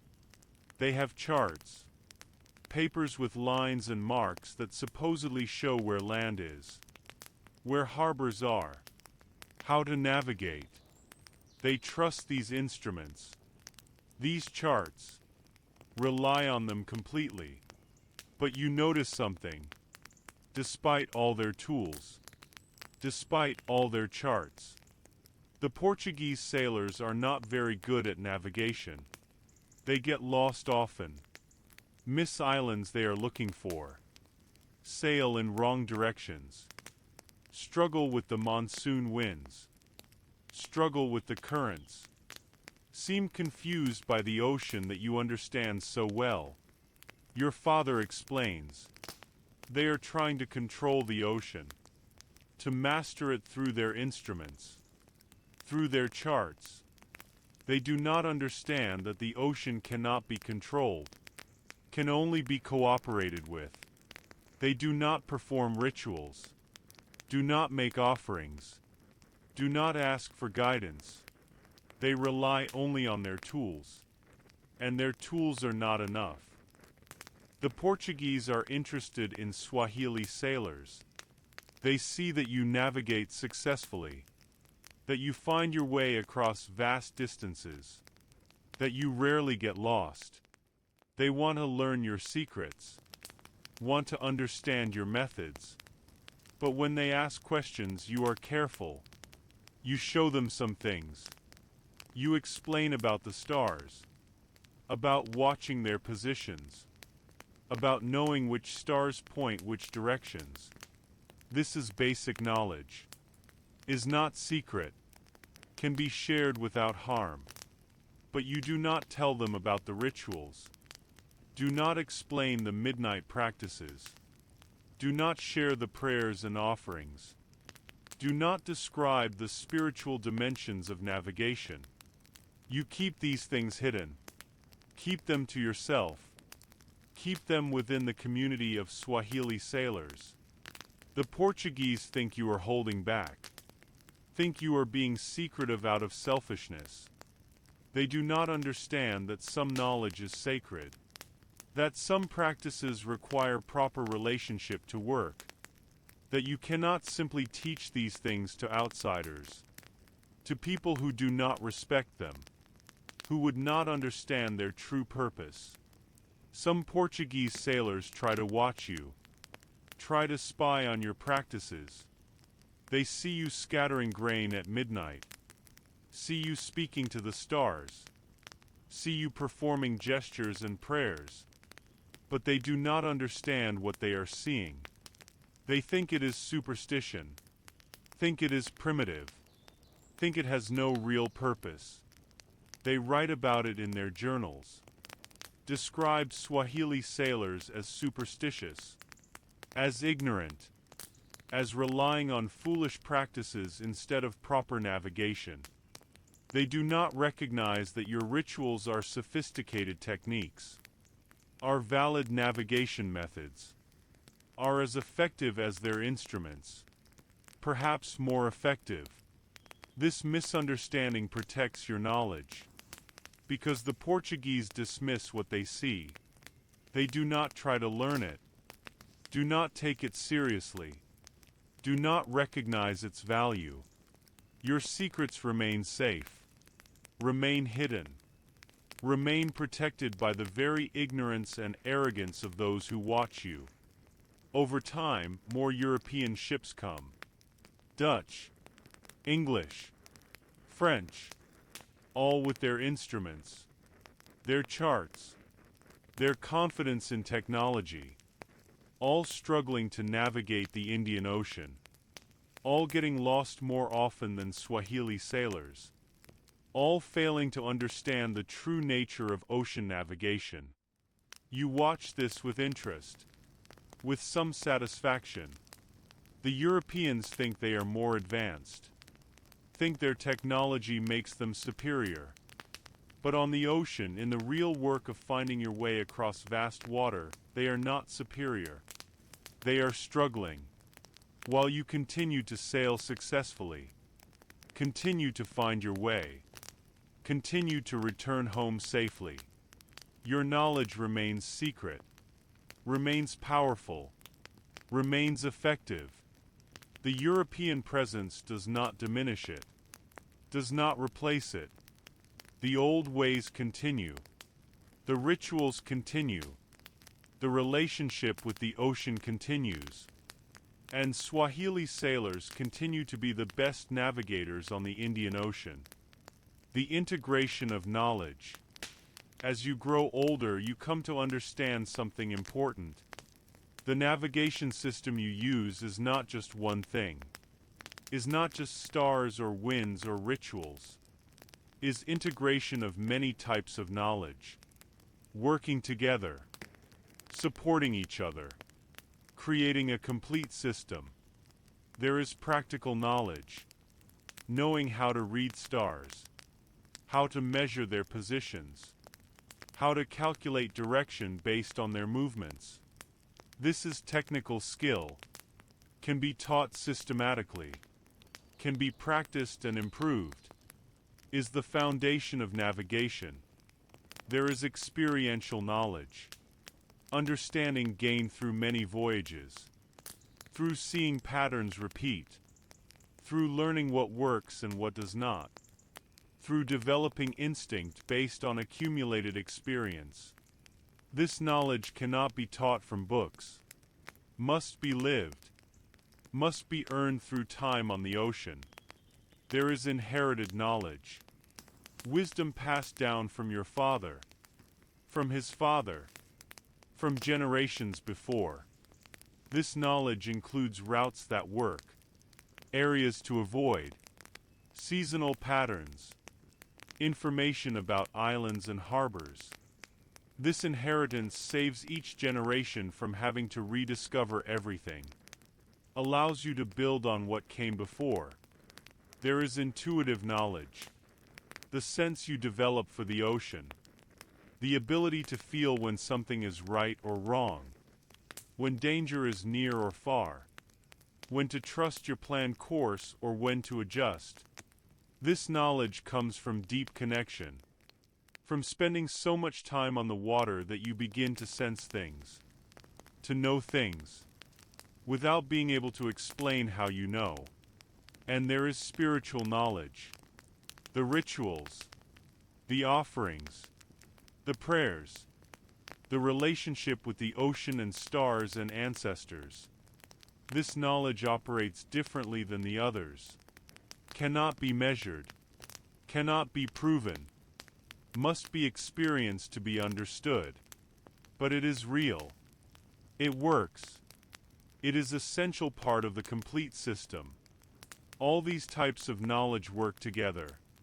When you navigate, you are using all of them simultaneously. You check the stars for technical information. You recall your father's teachings about this particular route. You feel the ocean's mood through the Tao's movements. You sense intuitively when to adjust course. And you perform the rituals to maintain the spiritual relationships that support everything else.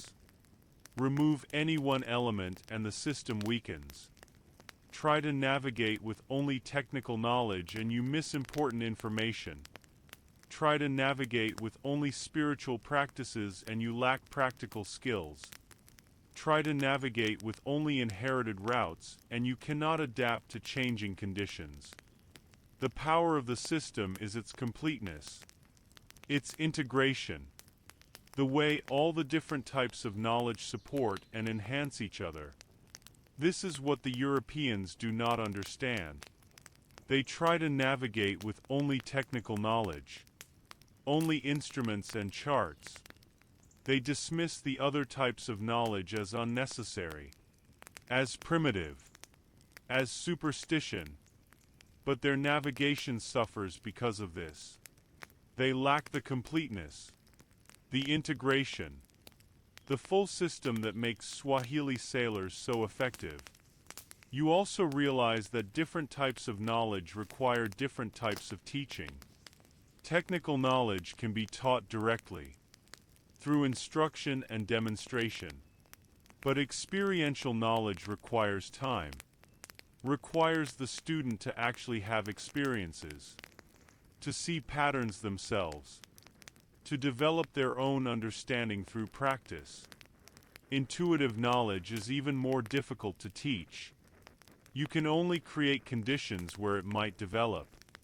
Encourage students to pay attention, to feel, to trust their senses, to be present. But you cannot force this knowledge to appear. It emerges naturally, in its own time, for those who are open to it. And spiritual knowledge requires the most careful approach, must be taught with proper respect, proper preparation, proper context. The student must be ready, must understand the responsibility, must have the right attitude. Only then can the rituals be shared. Only then will they work as they should. As a teacher now, you think carefully about these differences. You do not try to teach everything the same way. You adapt your approach. Give technical instruction when that is needed. Create opportunities for experience when that is appropriate. Wait patiently for intuition to develop. And guard the spiritual teachings carefully, sharing them only when students are truly ready. This thoughtful approach serves your students well. They learn completely, not just one aspect of navigation, but the whole system. They become skilled sailors. capable navigators, keepers of the tradition, ready to pass the knowledge forward to the next generation. The voyage to India. You are making your longest voyage. To India. Across the full width of the Indian Ocean. This trip will take many weeks. Will test everything you know. Will require all your skills. All your knowledge. All your rituals. This is the journey that proves a sailor's mastery. That separates the competent from the truly skilled. You prepare carefully. Check the dhow thoroughly. Make sure it is sound. Make repairs where needed. Load supplies. Water. Food. Materials for emergencies. You also prepare spiritually. Make extensive offerings. Perform multiple rituals. Seek blessings from elders. From your father's spirit. From the ancestors. You choose your crew carefully. Need experienced sailors. People you trust. People who know the rituals. Who respect the traditions. Who will work together through difficulties. A long voyage requires good crew. Requires harmony. Requires shared commitment to the journey. You leave with the southwest monsoon. The wind that blows from Africa to India. This is the right time. The proper season. The wind will push you across. Will make the journey possible. Leave at wrong time and you would struggle. Would fight the wind. Would likely fail. The first days are good. Steady wind. Clear skies. The dhow moves well. Making good progress. The crew works smoothly. Everyone knows their tasks. Everyone does their part. You perform the midnight rituals. Make offerings. Watch the stars. Feel confident. But after a week, challenges begin. The wind becomes variable. Sometimes strong. Sometimes weak. Sometimes changing direction. This requires constant adjustment. Constant attention. You cannot relax. Cannot stop paying attention. Must always be ready to adjust the sail. To change course. To respond to conditions. You perform the ritual of direction. Ask for guidance. Watch for signs.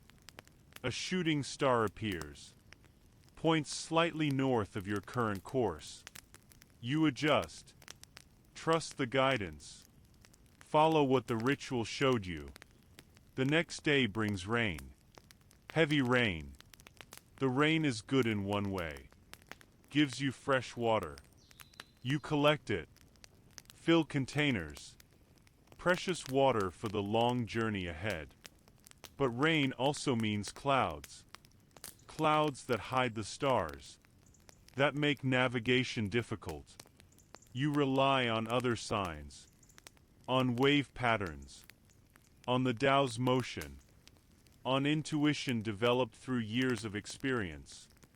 After the rain, the wind dies completely. The ocean becomes calm. Mirror smooth. The dhow barely moves. This is frustrating. You are making no progress. Time passes, but you stay in nearly the same position. Supplies are being consumed. But distance is not being covered. Your crew becomes worried. Begin to fear they will run out of water. Run out of food. Begin to doubt that the voyage will succeed. You must keep them calm. Keep them working. Keep them believing. You perform the protection ritual. Not because of storm or danger, but because the crew needs reassurance. Needs to feel that they are watched over. Protected. That the journey will succeed. The ritual helps. The crew relaxes. Their mood improves. They trust you. Trust the process. Continue working without complaint. After 3 days, the wind returns. Gentle at first, then stronger. The dhow begins moving again, making progress. The crew's spirits lift. They sing, tell stories. The journey continues. Weeks pass. You lose count of exactly how many days. Time becomes flexible on the ocean, blurs together. You mark the passing by stars, by the sun's position at noon, by the rhythm of rituals performed each midnight. But the exact number of days becomes unimportant. What matters is that you are moving, are making progress, are getting closer. Then one morning you see birds, the kind that live near shore, that rest on land. Your heart lifts. Land is near. India is close. The voyage is nearly complete. You watch the birds carefully. Follow their direction. They are flying toward their home, toward land. You follow. That evening, just before sunset, you see it. A line on the horizon. The coast of India. You have crossed the Indian Ocean, have navigated successfully across vast distance, have found your destination. The voyage has succeeded. Your crew celebrates. They are joyful, relieved, proud. They have done something difficult, something important. They have crossed the ocean using ancient methods, using knowledge passed down through generations. They are part of the tradition now, part of the long line of Swahili sailors who have made this journey. You lead them in the ritual of gratitude. Make offerings. Give thanks. Acknowledge that you did not make this journey alone, that you were guided, protected, blessed, that the success was not just your own skill, but also the result of the rituals, the relationships, the spiritual support that surrounded you. After landing, after rest, after celebration, you reflect on the journey. It tested you, challenged you, required everything you knew. But you succeeded. The knowledge worked. The system proved itself. The rituals were effective. You crossed the ocean, found your way, arrived safely. This is what generations of learning has made possible. This is the power of the complete system. The integration of all types of knowledge, working together, supporting each other, creating success. The merchant's question. While in India, you meet an Arab merchant. He is interested in your journey, asks many questions about how you navigated, how you found your way. He is impressed that you crossed the ocean in a dhow, that you did it without instruments, without charts, using only traditional methods. How do you do it? He asks. How do you find your way across such vast water? I have sailed with many captains. Many use instruments, use calculations, use complex methods, but you use simpler approach. Yet you arrive safely, reliably. How? You consider how to answer. The merchant is respectful, is genuinely curious, is not dismissive like the Europeans. But you still must be careful, must protect the sacred knowledge, must not share what should remain secret. We watch the stars, you say. This is true, is not secret, can be shared. We know which stars point which directions. We know how they move through the night, through the seasons. We use them as guides. The merchant nods. Yes, I understand this. But there must be more. Stars alone are not enough. What else do you do? You think carefully. We watch the wind, the monsoons.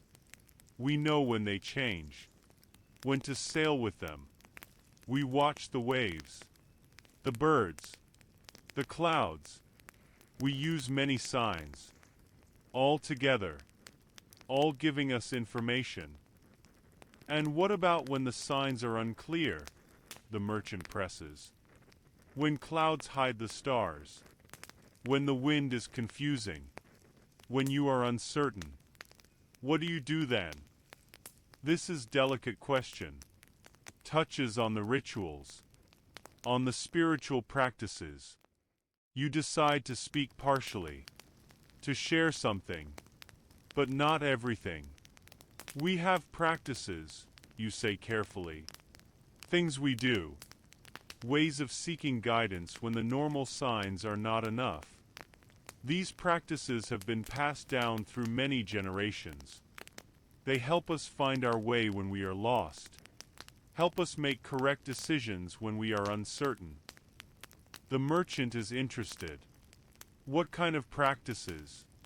Can you teach them? You shake your head gently. These practices are part of our tradition, are sacred to us, are passed down within families, from father to son, from teacher to student. They are not things I can share with outsiders, not because I do not respect you, but because the practices require proper understanding, proper relationship, proper context. Without these, they would not work, would lose their meaning, would lose their power. The merchant accepts this. He is disappointed, but he understands. He respects boundaries. I see, he says. There are things that can be shared, and things that must remain within the tradition. I respect this. Every people has such knowledge, such sacred practices. It is right that you protect them. He pauses. But tell me this. Do the practices really work? Or are they more about giving you confidence, helping you believe you can succeed, creating courage rather than providing actual guidance? This is good question. Thoughtful question. Shows the merchant is intelligent, is trying to understand rather than dismiss. You consider how to answer honestly. I believe they work, you say.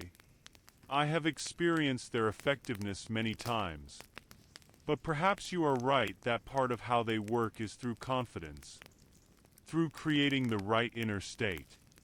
When you are calm, when you trust, when you are connected to something larger than yourself, you navigate better, make better decisions, notice things you would otherwise miss. So maybe the practices work in multiple ways, both through creating right inner state and through connecting to guidance beyond yourself. I do not know how to separate these things. I only know that the practices are effective, that sailors who use them find their way, that sailors who abandon them get lost. The merchant nods slowly. This is wise answer. Perhaps the question of how they work is less important than the question of whether they work. And you have demonstrated that they work. You are here. You crossed the ocean safely. This is proof enough. The conversation continues. You share what you can. Explain what is not secret. Tell stories about the ocean, about journeys you have made, about challenges you have faced. The merchant listens with interest, with respect. He does not press for information you cannot share, does not mock what he does not understand. He simply listens, learns what he can, respects what must remain hidden. This conversation teaches you something, that there are people outside your tradition who can appreciate what you do, who can respect it, who do not need to understand everything to recognize its value. The merchant cannot learn the rituals, cannot practice them, cannot become Swahili sailor, but he can respect the tradition, can honor it, can acknowledge its effectiveness. This respect is enough, is what you ask from outsiders. Not understanding, not adoption, just respect, just recognition that different peoples have different ways, different knowledge, different practices, and that these differences are valuable, are worth preserving, are part of the rich variety of human wisdom about how to live in the world. The return journey. After several months in India, trading goods, resting, building relationships, it is time to return home. The northeast monsoon has begun. The wind that blows from India toward Africa. This is the right time to leave. The proper season for the return journey. You prepare your dhow. Load trade goods. Items to bring back and sell. Spices. Cloth. Metal tools. Things that will be valuable at home. Things that make the long voyage worthwhile economically. This is how you support your family. How you make your living. Through these long voyages. These dangerous journeys. These crossings of the ocean. You also prepare spiritually. Make offerings at the harbor. Thank the spirits of India for allowing you to stay safely, for protecting you during your time in this foreign land. Ask for safe journey home, for guidance across the ocean, for reunion with your family. The crew is ready, eager to return. They miss home, miss their families, miss the familiar sights and sounds and smells of their own land. The return journey is always different psychologically. Going out is adventure. Coming back is longing. The desire to be home makes the journey feel longer, makes patience more difficult. You leave at dawn. The wind is good, steady. The northeast monsoon doing what it should, pushing you southward, pushing you toward Africa, toward home. The dhow moves well. The crew works efficiently. Everyone is motivated. Everyone wants to arrive quickly. The first weeks go smoothly. Good wind. Clear skies. Regular progress. You perform the midnight rituals faithfully. More faithfully than ever. Because you are going home. Because you want the journey to succeed. Because you want to see your family again. The rituals feel especially important now. Especially meaningful. They connect you not just to the ocean, but to home. To the people waiting for you. To the reunion that approaches. But the journey is long. Very long. Weeks pass. Then more weeks. The ocean seems endless. Seems like you are not making progress even though you know you are. The monotony becomes difficult. The sameness of water and sky. The routine. The waiting. This is hardest part of long voyages. Not the dangers. Not the storms. But the endless waiting. The slow passage of time. Your crew begins to show strain. They become quiet. Less cheerful. The singing stops. The stories are told less often. They are homesick, are tired, are ready for the journey to end. You must keep their spirits up, must keep them working, must maintain harmony. You talk with them, share your own longing for home. Tell stories about what you will do when you arrive. How you will celebrate, what food you will eat, who you will see first. This helps. Creates shared anticipation, shared vision of reunion, strengthens their commitment to the journey. You also increase the rituals. Perform not just the required midnight practices, but additional prayers, additional offerings, creating rhythm, creating structure for the days, giving the crew something to participate in, something that connects them to purpose, to meaning, to the spiritual dimension of the journey. Then, after what feels like forever, you see the signs. Birds. The right kind of birds. The coastal birds. You are getting close. Home is near. The coast of Africa is approaching. The crew sees the birds too. Their spirits lift. They work with renewed energy, with joy, with anticipation. 2 days later, you see the coast, the familiar line on the horizon, the shape you know, the land that means home. Your heart fills. You have crossed the Indian Ocean, both directions. You have completed the full journey, the greatest journey a Swahili sailor can make. You have proven yourself completely.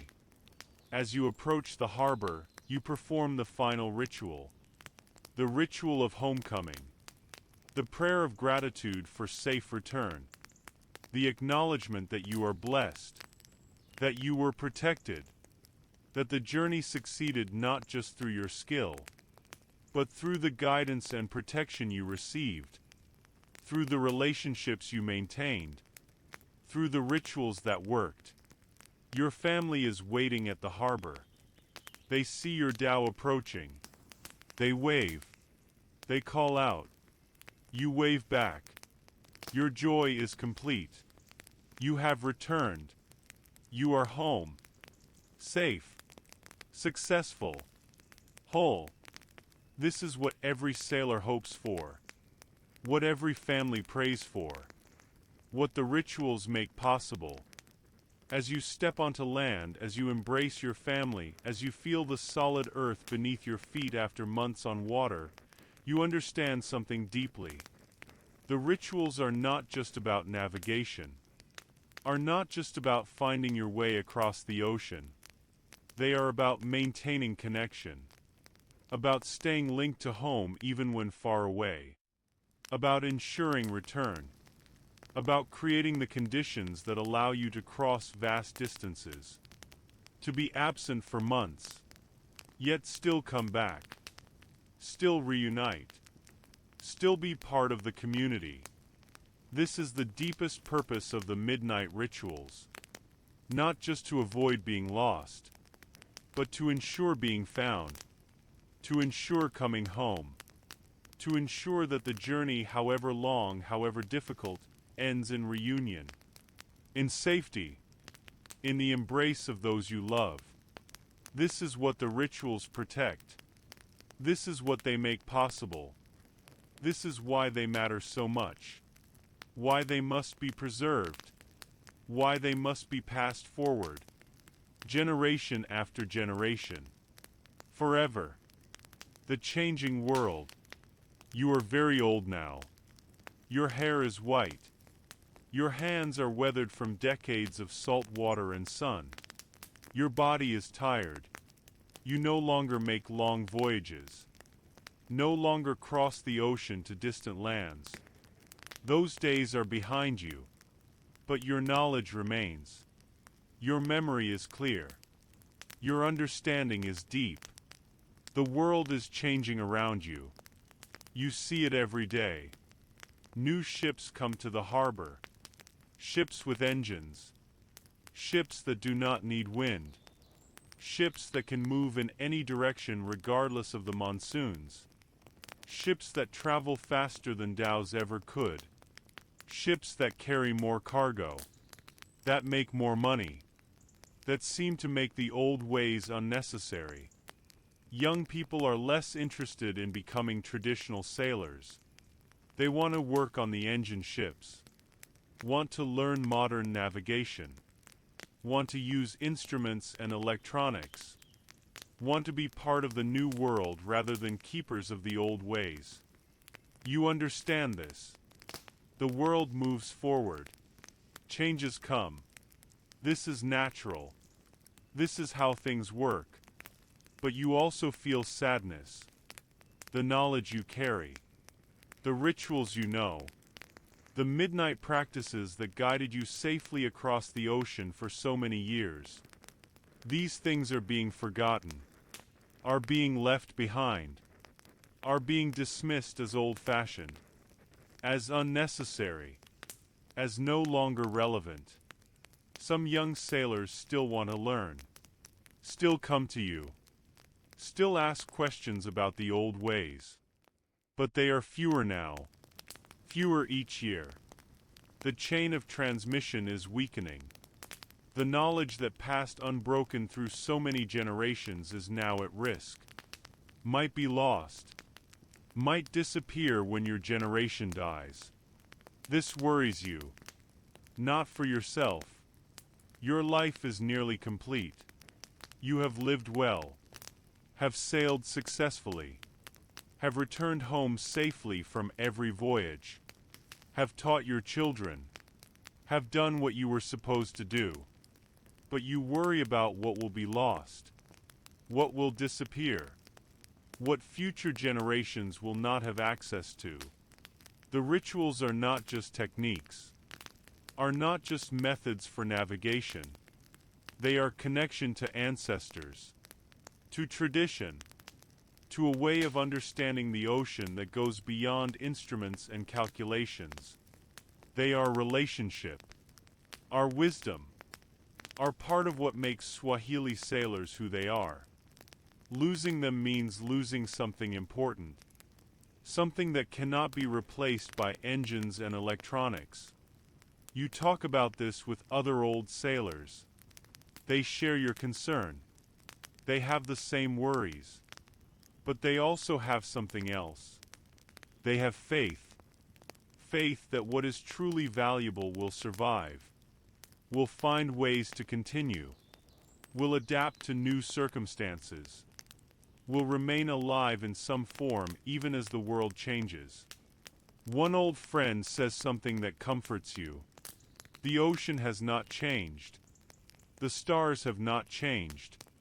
The wind still blows. The waves still move. As long as these things remain, the knowledge will remain valuable. Maybe not used every day. Maybe not the primary method of navigation. But still valuable. Still true.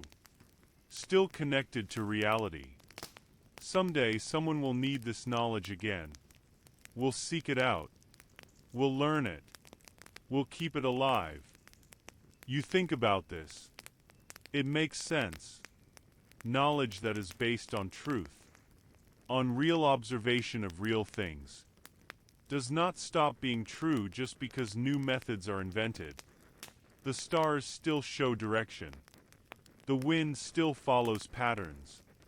The midnight rituals still connect sailors to something larger than themselves. These things remain valid. Remain real. Remain worth preserving. So you continue teaching. Anyone who wants to learn. You teach them. Patiently. Carefully. Completely. You pass forward everything you know. Hold nothing back. Because you never know which student will be the one who truly carries it forward. Who truly understands. Who truly commits to preserving the knowledge for future generations. The grandson who asks. Your grandson is 12 years old. His name is Ali. He is curious. Always asking questions. Always wanting to understand how things work. He has been going to school. Learning reading and mathematics and science. Learning about the modern world. Learning things you never learned. Things that did not exist when you were young. One evening, Ali comes to you. Sits beside you. Asks a question. Grandfather, tell me about the midnight rituals. Tell me about how you navigated. About how you never got lost. I want to understand. Your heart fills with hope. Here is someone who wants to know, who wants to learn, who values the old ways even while living in the new world. You begin to tell him. Start with the basics. Explain about the stars, about the winds, about the signs sailors watch for. Ali listens carefully, asks good questions, shows he is thinking, understanding, not just memorizing but truly grasping the ideas. You talk for hours. The evening passes. The night grows deep. Still you talk. Still Ali listens. Over the following weeks you teach him more. Take him out at night to show him the stars. Explain the constellations, the patterns, the movements.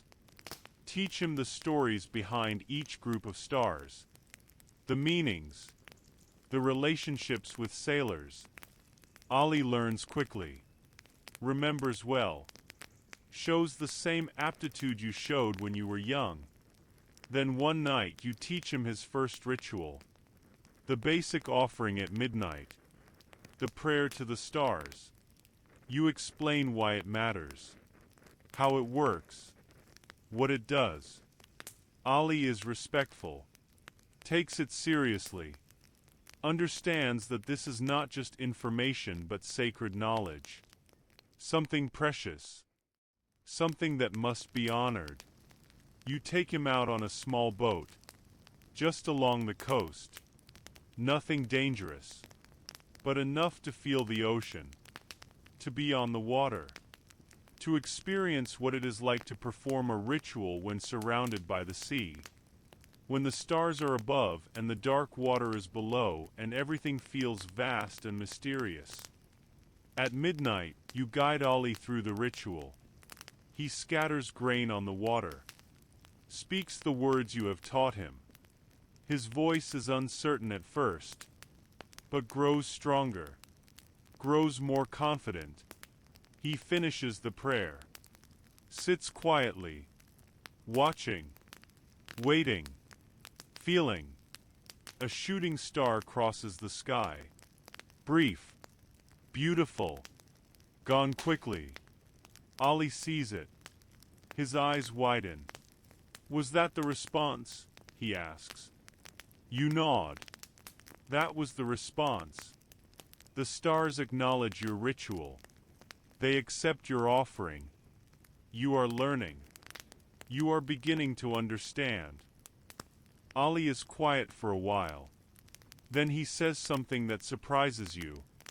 Grandfather, I learned in school about navigation, about how the stars are far away, about how they are suns like our sun, about how the shooting star was just a rock burning up in the atmosphere. My teacher says these things are science, are facts. But the ritual feels true too, feels real. How can both things be true? You smile. This is good question. Shows Ali is thinking deeply, is trying to integrate what he learns in school with what he learns from you. You choose your words carefully. Both things can be true, you say. The stars are distant suns. This is true. The shooting star is a rock burning up. This is true. Science explains these things well. But there is also another truth. The stars guide us. They connect us to our ancestors. They respond when we speak to them with respect, when we make offerings with proper heart. This is also true. Different kind of truth, but still true. You continue. Science tells us about the physical world, about how things work. This is valuable knowledge. But the rituals tell us about relationship, about connection, about meaning, about being part of something larger. These things are also valuable, also real, also worth knowing. Your teacher is right about the facts, and I am right about the rituals. Both kinds of knowledge have their place. Both help us understand the world. You do not have to choose one or the other. You can honor both. Can learn science and also respect tradition. Can be modern and also connected to the past. Ali thinks about this. Nods slowly. So when I perform the ritual and the shooting star appears, maybe it is just coincidence. Just a rock burning up at that moment. But it is also meaningful. It is still a response. Still a sign. Still confirmation. The physical explanation does not take away the spiritual meaning. Exactly, you say. You understand well. You have wisdom for your age. This is good. This means you can carry both kinds of knowledge forward. Can live in the modern world while also maintaining the old ways. This is important. This is what the future needs. People who can bridge. Who can hold both. Who can integrate rather than having to choose. This conversation deepens your relationship with Ali. He continues learning, both from you and from school. He does not see these as competing, sees them as complementary, as different ways of knowing that together create fuller understanding. This gives you hope. Hope that the knowledge will continue, will adapt, will find its place in the new world. The book that was never written. One day, a scholar comes to your village. A man from the university. He has heard about Swahili navigation, about the traditional methods, about the midnight rituals. He wants to study them, to document them, to write a book that preserves this knowledge before it is lost. The scholar is respectful, polite. He explains his purpose clearly. I want to help, he says. I want to preserve this knowledge for future generations. If we write it down, if we document it properly, it will not be lost. It will be available for anyone who wants to learn. This is important work. This is preserving cultural heritage. You listen to his proposal. You understand his good intentions. But you are uncertain. The knowledge has always been passed orally, from teacher to student, from father to son, in relationship, with context, with proper understanding of when and how to use it. Writing it down would change it, would remove it from relationship, would make it just information instead of living practice. You talk with other old sailors. Ask their opinions. They share your concerns. They worry that writing the knowledge in a book would profane it, would make it common, would allow people who are not properly prepared to access it, to use it wrongly, to perform rituals without proper respect or understanding. But they also acknowledge the risk of losing it completely. If it is not written down, if the oral transmission fails, if not enough young people learn, the knowledge could disappear entirely, would be lost forever. The book might at least preserve something, might allow future generations to rediscover what was lost. After much discussion, you make a decision. You will share some things with the scholar, but not everything. You will teach him about the stars, about the winds, about the practical aspects of navigation. These things are not secret, can be shared safely, can be written down without harm. But you will not teach him the rituals in detail, will not share the exact words, the exact procedures, the sacred elements. These must remain protected, must continue to be passed only through proper channels, only to students who are ready, who have taken the oath, who understand the responsibility. The scholar is disappointed, but he accepts your decision. He understands that some things cannot be reduced to writing, that some knowledge requires relationship to be transmitted properly. He writes his book. It contains much valuable information about Swahili navigation, about the stars and winds and routes. But it does not contain the heart of it, does not contain the rituals, does not contain what makes the knowledge truly powerful. Years later, you hear that the book has been published, that people read it, that scholars study it, that it has helped preserve awareness of Swahili navigation methods. This is good. But you also notice something. The people who read the book cannot navigate using what they learned from it. The written words are not enough. The information without the relationship, without the practice, without the spiritual dimension, is incomplete, is not sufficient to actually cross the ocean safely. This confirms your decision. The knowledge cannot be fully written down, not because it is too complicated, but because it is too alive, too connected to relationship and practice and context. Writing captures words, but not meaning, not understanding, not the essence that makes it work. The true preservation happens through people like Ali, through young sailors who learn directly, who practice, who form relationships with the ocean and the stars, who receive the knowledge in the way it was meant to be transmitted. This living transmission is more fragile than a book, but it is also more complete, more authentic, more likely to actually preserve what matters. The wisdom of limitation. In your very old age, you come to understand something profound, something you did not fully grasp when you were younger. The rituals work partly because they acknowledge limitation.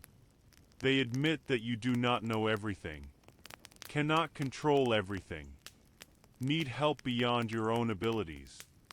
Modern navigation relies on instruments, on calculations, on human knowledge and capability.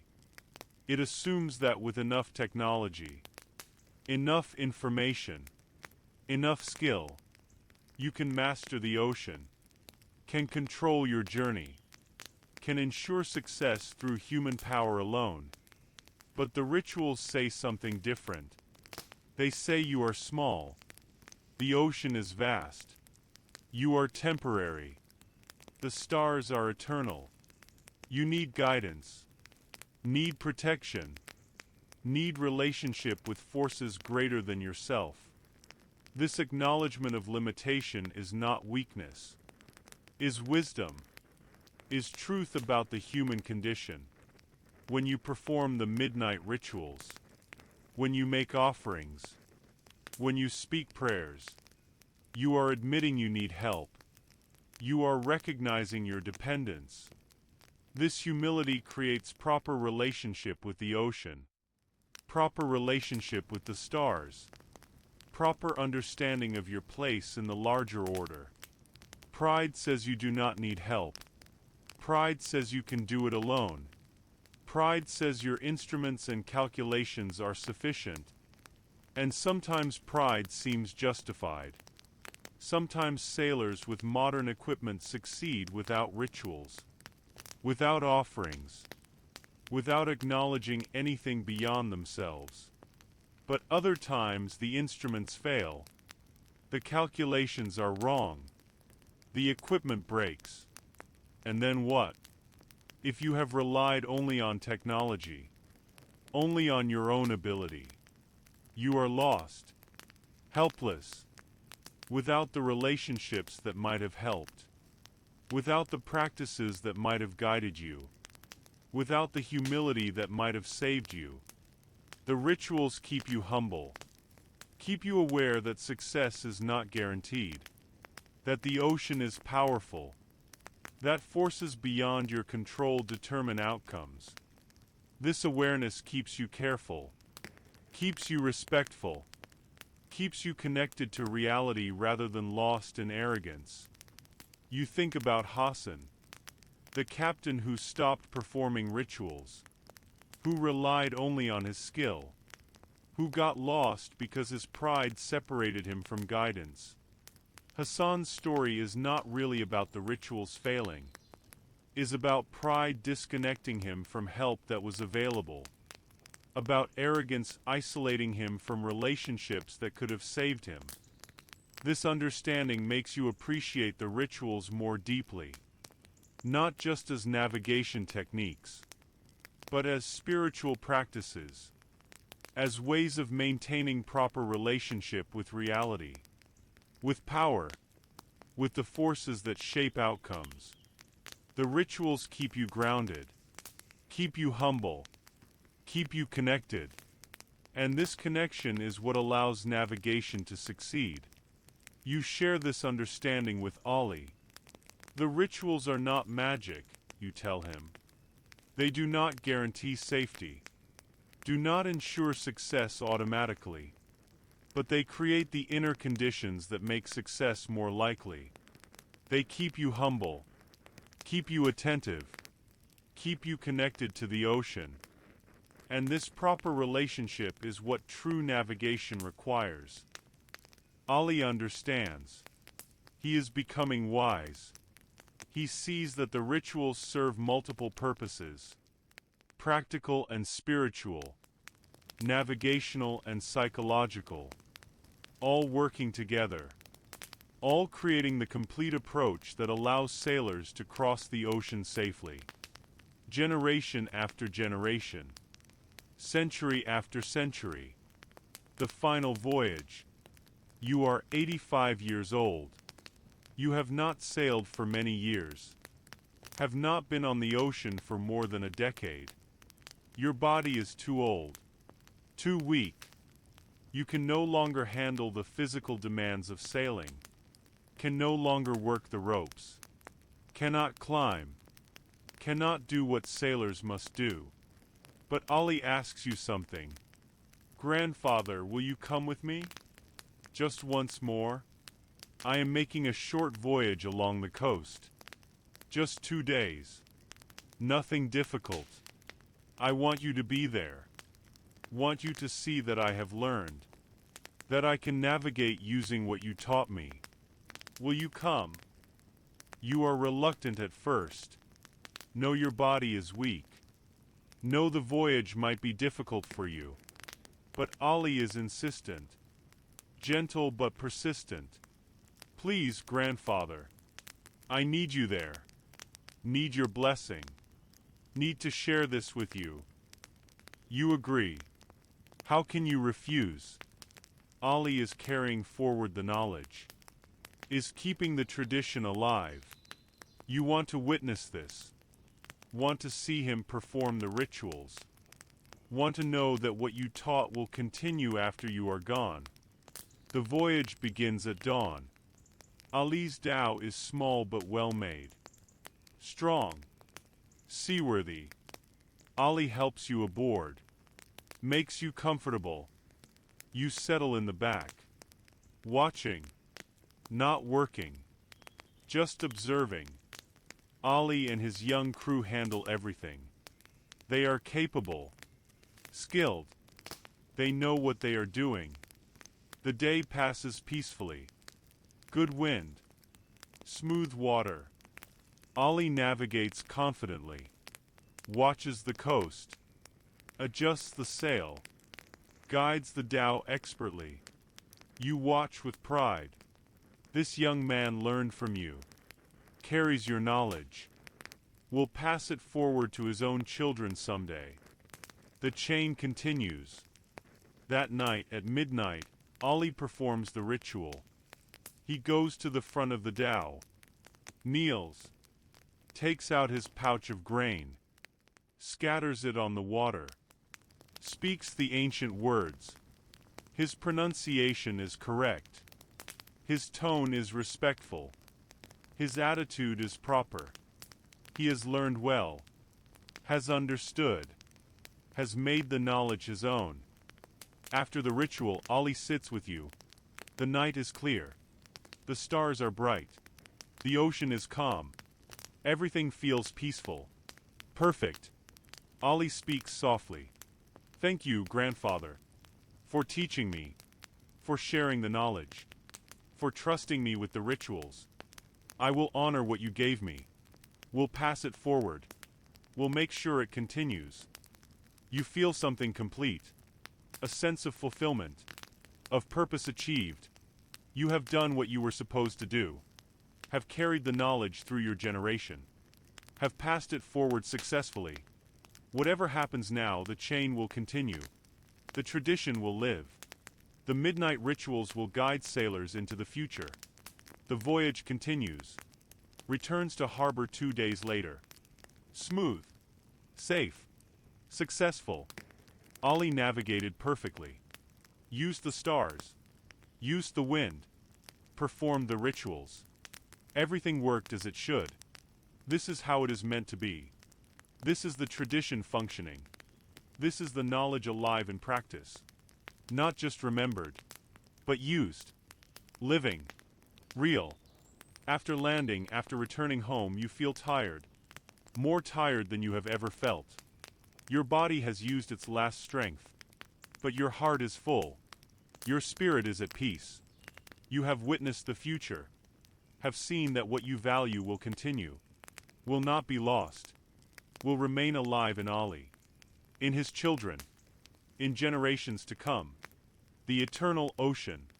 You lie in your bed. The end is near. You can feel it. Your body is ready to rest. Ready to release. Ready to join the ancestors.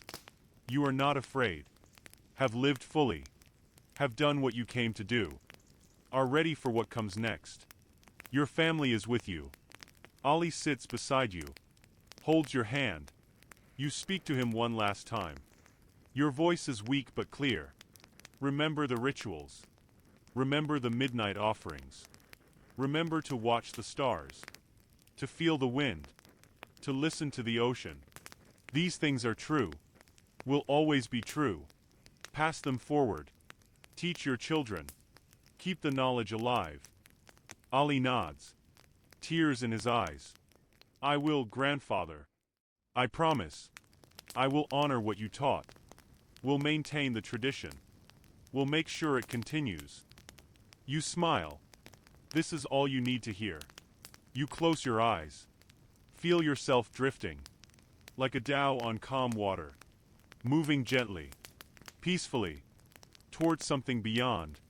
Toward the place where ancestors wait. Where the spirits gather. Where sailors who have completed their voyages finally rest. As you drift, you see stars. Bright stars. The familiar constellations. The patterns you know so well. They seem closer now. Seem to surround you. Seem to welcome you. You are not afraid. These stars have guided you all your life. They will guide you now. Into whatever comes next. You think about the ocean. The vast ocean. The Indian Ocean that you crossed so many times. That carried you to distant lands. That brought you home safely. That taught you so much. The ocean that was your life. Your teacher. Your companion. Your challenge. Your blessing. The ocean continues. Will always continue. Long after you are gone. The waves will still roll. The wind will still blow. The stars will still shine. The midnight will still come. And somewhere, sailors will still make offerings. Will still speak the ancient words. Will still ask for guidance. Will still find their way across the vast water. This is what matters. Not your individual life. But the continuation. The pattern that repeats. The knowledge that passes forward. The tradition that lives. This is eternal. This is what survives. This is what makes meaning. Not individual achievement. But being part of something larger. Something that was here before you. Will be here after you. Something that connects all sailors. Past and present and future. All linked by the same practices. The same rituals. The same relationship with the ocean and stars. You feel yourself letting go. releasing, becoming lighter. The boundaries between yourself and the ocean, between yourself and the stars, between yourself and the ancestors, all dissolving, all merging, all becoming one. You are not just you anymore. You are part of everything, part of the ocean, part of the stars, part of the long line of sailors who came before, who learned the knowledge, who passed it forward, who completed their voyages, who came home, who rested. This is the sleepy griot. And this is how the knowledge continues. Through people like you, like Ali, like all the sailors who learned, who practiced, who believed, who passed it forward. The midnight rituals survive, not written in books, but written in hearts, in practice, in relationship with the ocean and stars. This is how truth is preserved, not through words alone, but through living, through doing, through being part of the tradition, through maintaining the connection, through honoring what came before, through passing it forward to what comes next. The ocean flows, the stars shine, the wind blows, the midnight comes, and sailors continue making offerings, continue speaking prayers, continue finding their way, continue returning home. The knowledge lives, the tradition continues, the wisdom passes forward, generation to generation, forever. And now the night grows quiet. The story reaches its end. The fire has burned down. The stars are bright above. The ocean is calm. Everything is peaceful. Everything is as it should be. The knowledge has been shared. The truth has been told. The tradition has been honored. May you understand that some knowledge cannot be written, must be lived. May you recognize that relationship is more important than information. That practice is deeper than theory. That tradition carries wisdom that cannot be captured in words alone. May you respect the boundaries that protect sacred knowledge. May you honor the teachers who pass it forward. May you appreciate the students who receive it. May you recognize that true learning requires more than reading, requires relationship, requires commitment, requires time.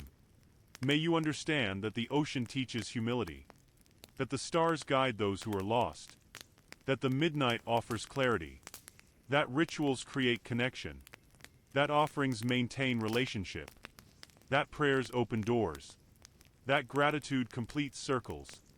And may you know that some things continue. The ocean continues. The stars continue. The wind continues. The knowledge continues. As long as people remember. As long as people practice. As long as people pass it forward. The midnight rituals will continue guiding sailors across the vast water, bringing them home safely, connecting them to something larger, something eternal, something that cannot be lost as long as even one person remembers, practices, believes. The fire is out now. The story is complete. The night is quiet. The ocean rests. And somewhere, a sailor makes an offering at midnight, scatters grain on dark water, speaks ancient words, watches for a response, and the stars answer. The ocean guides. The tradition lives.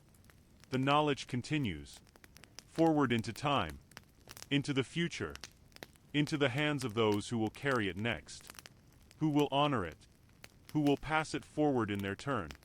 Rest now. The voyage is complete. The knowledge is safe. The tradition continues. All is well. All is as it should be. The ocean flows eternal. The stars shine forever. And the midnight rituals guide sailors home. Always. Always. Always. The Swahili coast. The coast of East Africa stretches for thousands of miles. From Somalia in the north, down through Kenya, through Tanzania, to Mozambique in the south. This coast has many names, many peoples, many languages, but they share something. They share the ocean, and they share the knowledge of how to cross it. The Swahili people have lived on this coast for many centuries, more than 1,000 years, maybe longer. They built towns along the water, stone towns, beautiful towns, with houses made of coral, with mosques, with markets, with harbors where ships came and went. These towns had names: Lamu, Mombasa, Zanzibar, Kilwa, Sofala. Each town was different, but they all lived by the ocean, and they all depended on the sailors who crossed it. The sailors were important people. They brought trade. They brought news. They brought goods from far away: gold, ivory, spices, cloth. They traded with Arabia, with Persia, with India, with islands scattered across the Indian Ocean. The sailors made the towns wealthy, made them powerful, made them connected to the wider world. But sailing the Indian Ocean was not easy. The ocean is vast. It has no paths, no markers, no signs to show the way. A ship could sail for days, for weeks, seeing nothing but water and sky. If you did not know how to find your way, you could sail in circles. You could sail away from land forever. You could be lost. Many sailors were lost this way. European sailors especially. When they first came to the Indian Ocean, they struggled. They got lost. Their ships disappeared because they did not know the secrets. They did not know how to read the ocean, how to read the stars, how to navigate without charts or compasses. But the Swahili sailors knew. They had learned over centuries. Their grandfathers had learned from their grandfathers. Back and back through time. The knowledge was old, was tested, was proven, and it worked. The sailors used the stars. They watched how the stars moved across the sky. They knew which stars appeared at which times of year. They knew which stars pointed toward land, which stars showed the way to Arabia, which stars led to India. The night sky was like a map, if you knew how to read it. They also used the wind. The Indian Ocean has special winds, winds that blow in one direction for half the year, then blow the opposite direction for the other half. These winds are called monsoons. The Swahili sailors understood the monsoons. They knew when the winds would change. They knew how to use the winds to sail to distant places, and how to wait for the winds to change, to sail home again. They used the waves. The ocean has patterns. Waves move in certain directions, certain rhythms. The sailors could feel these patterns, could read them, could understand which waves meant land was near, which waves meant deep ocean, which waves meant storms were coming. They used the birds. Certain birds live on land. When sailors saw these birds, they knew land was close. Other birds live far from shore. When sailors saw only ocean birds, they knew they were far from land. The birds were signs, were messages, were guides. They used the clouds. Clouds form differently over land than over ocean. Clouds gather over islands.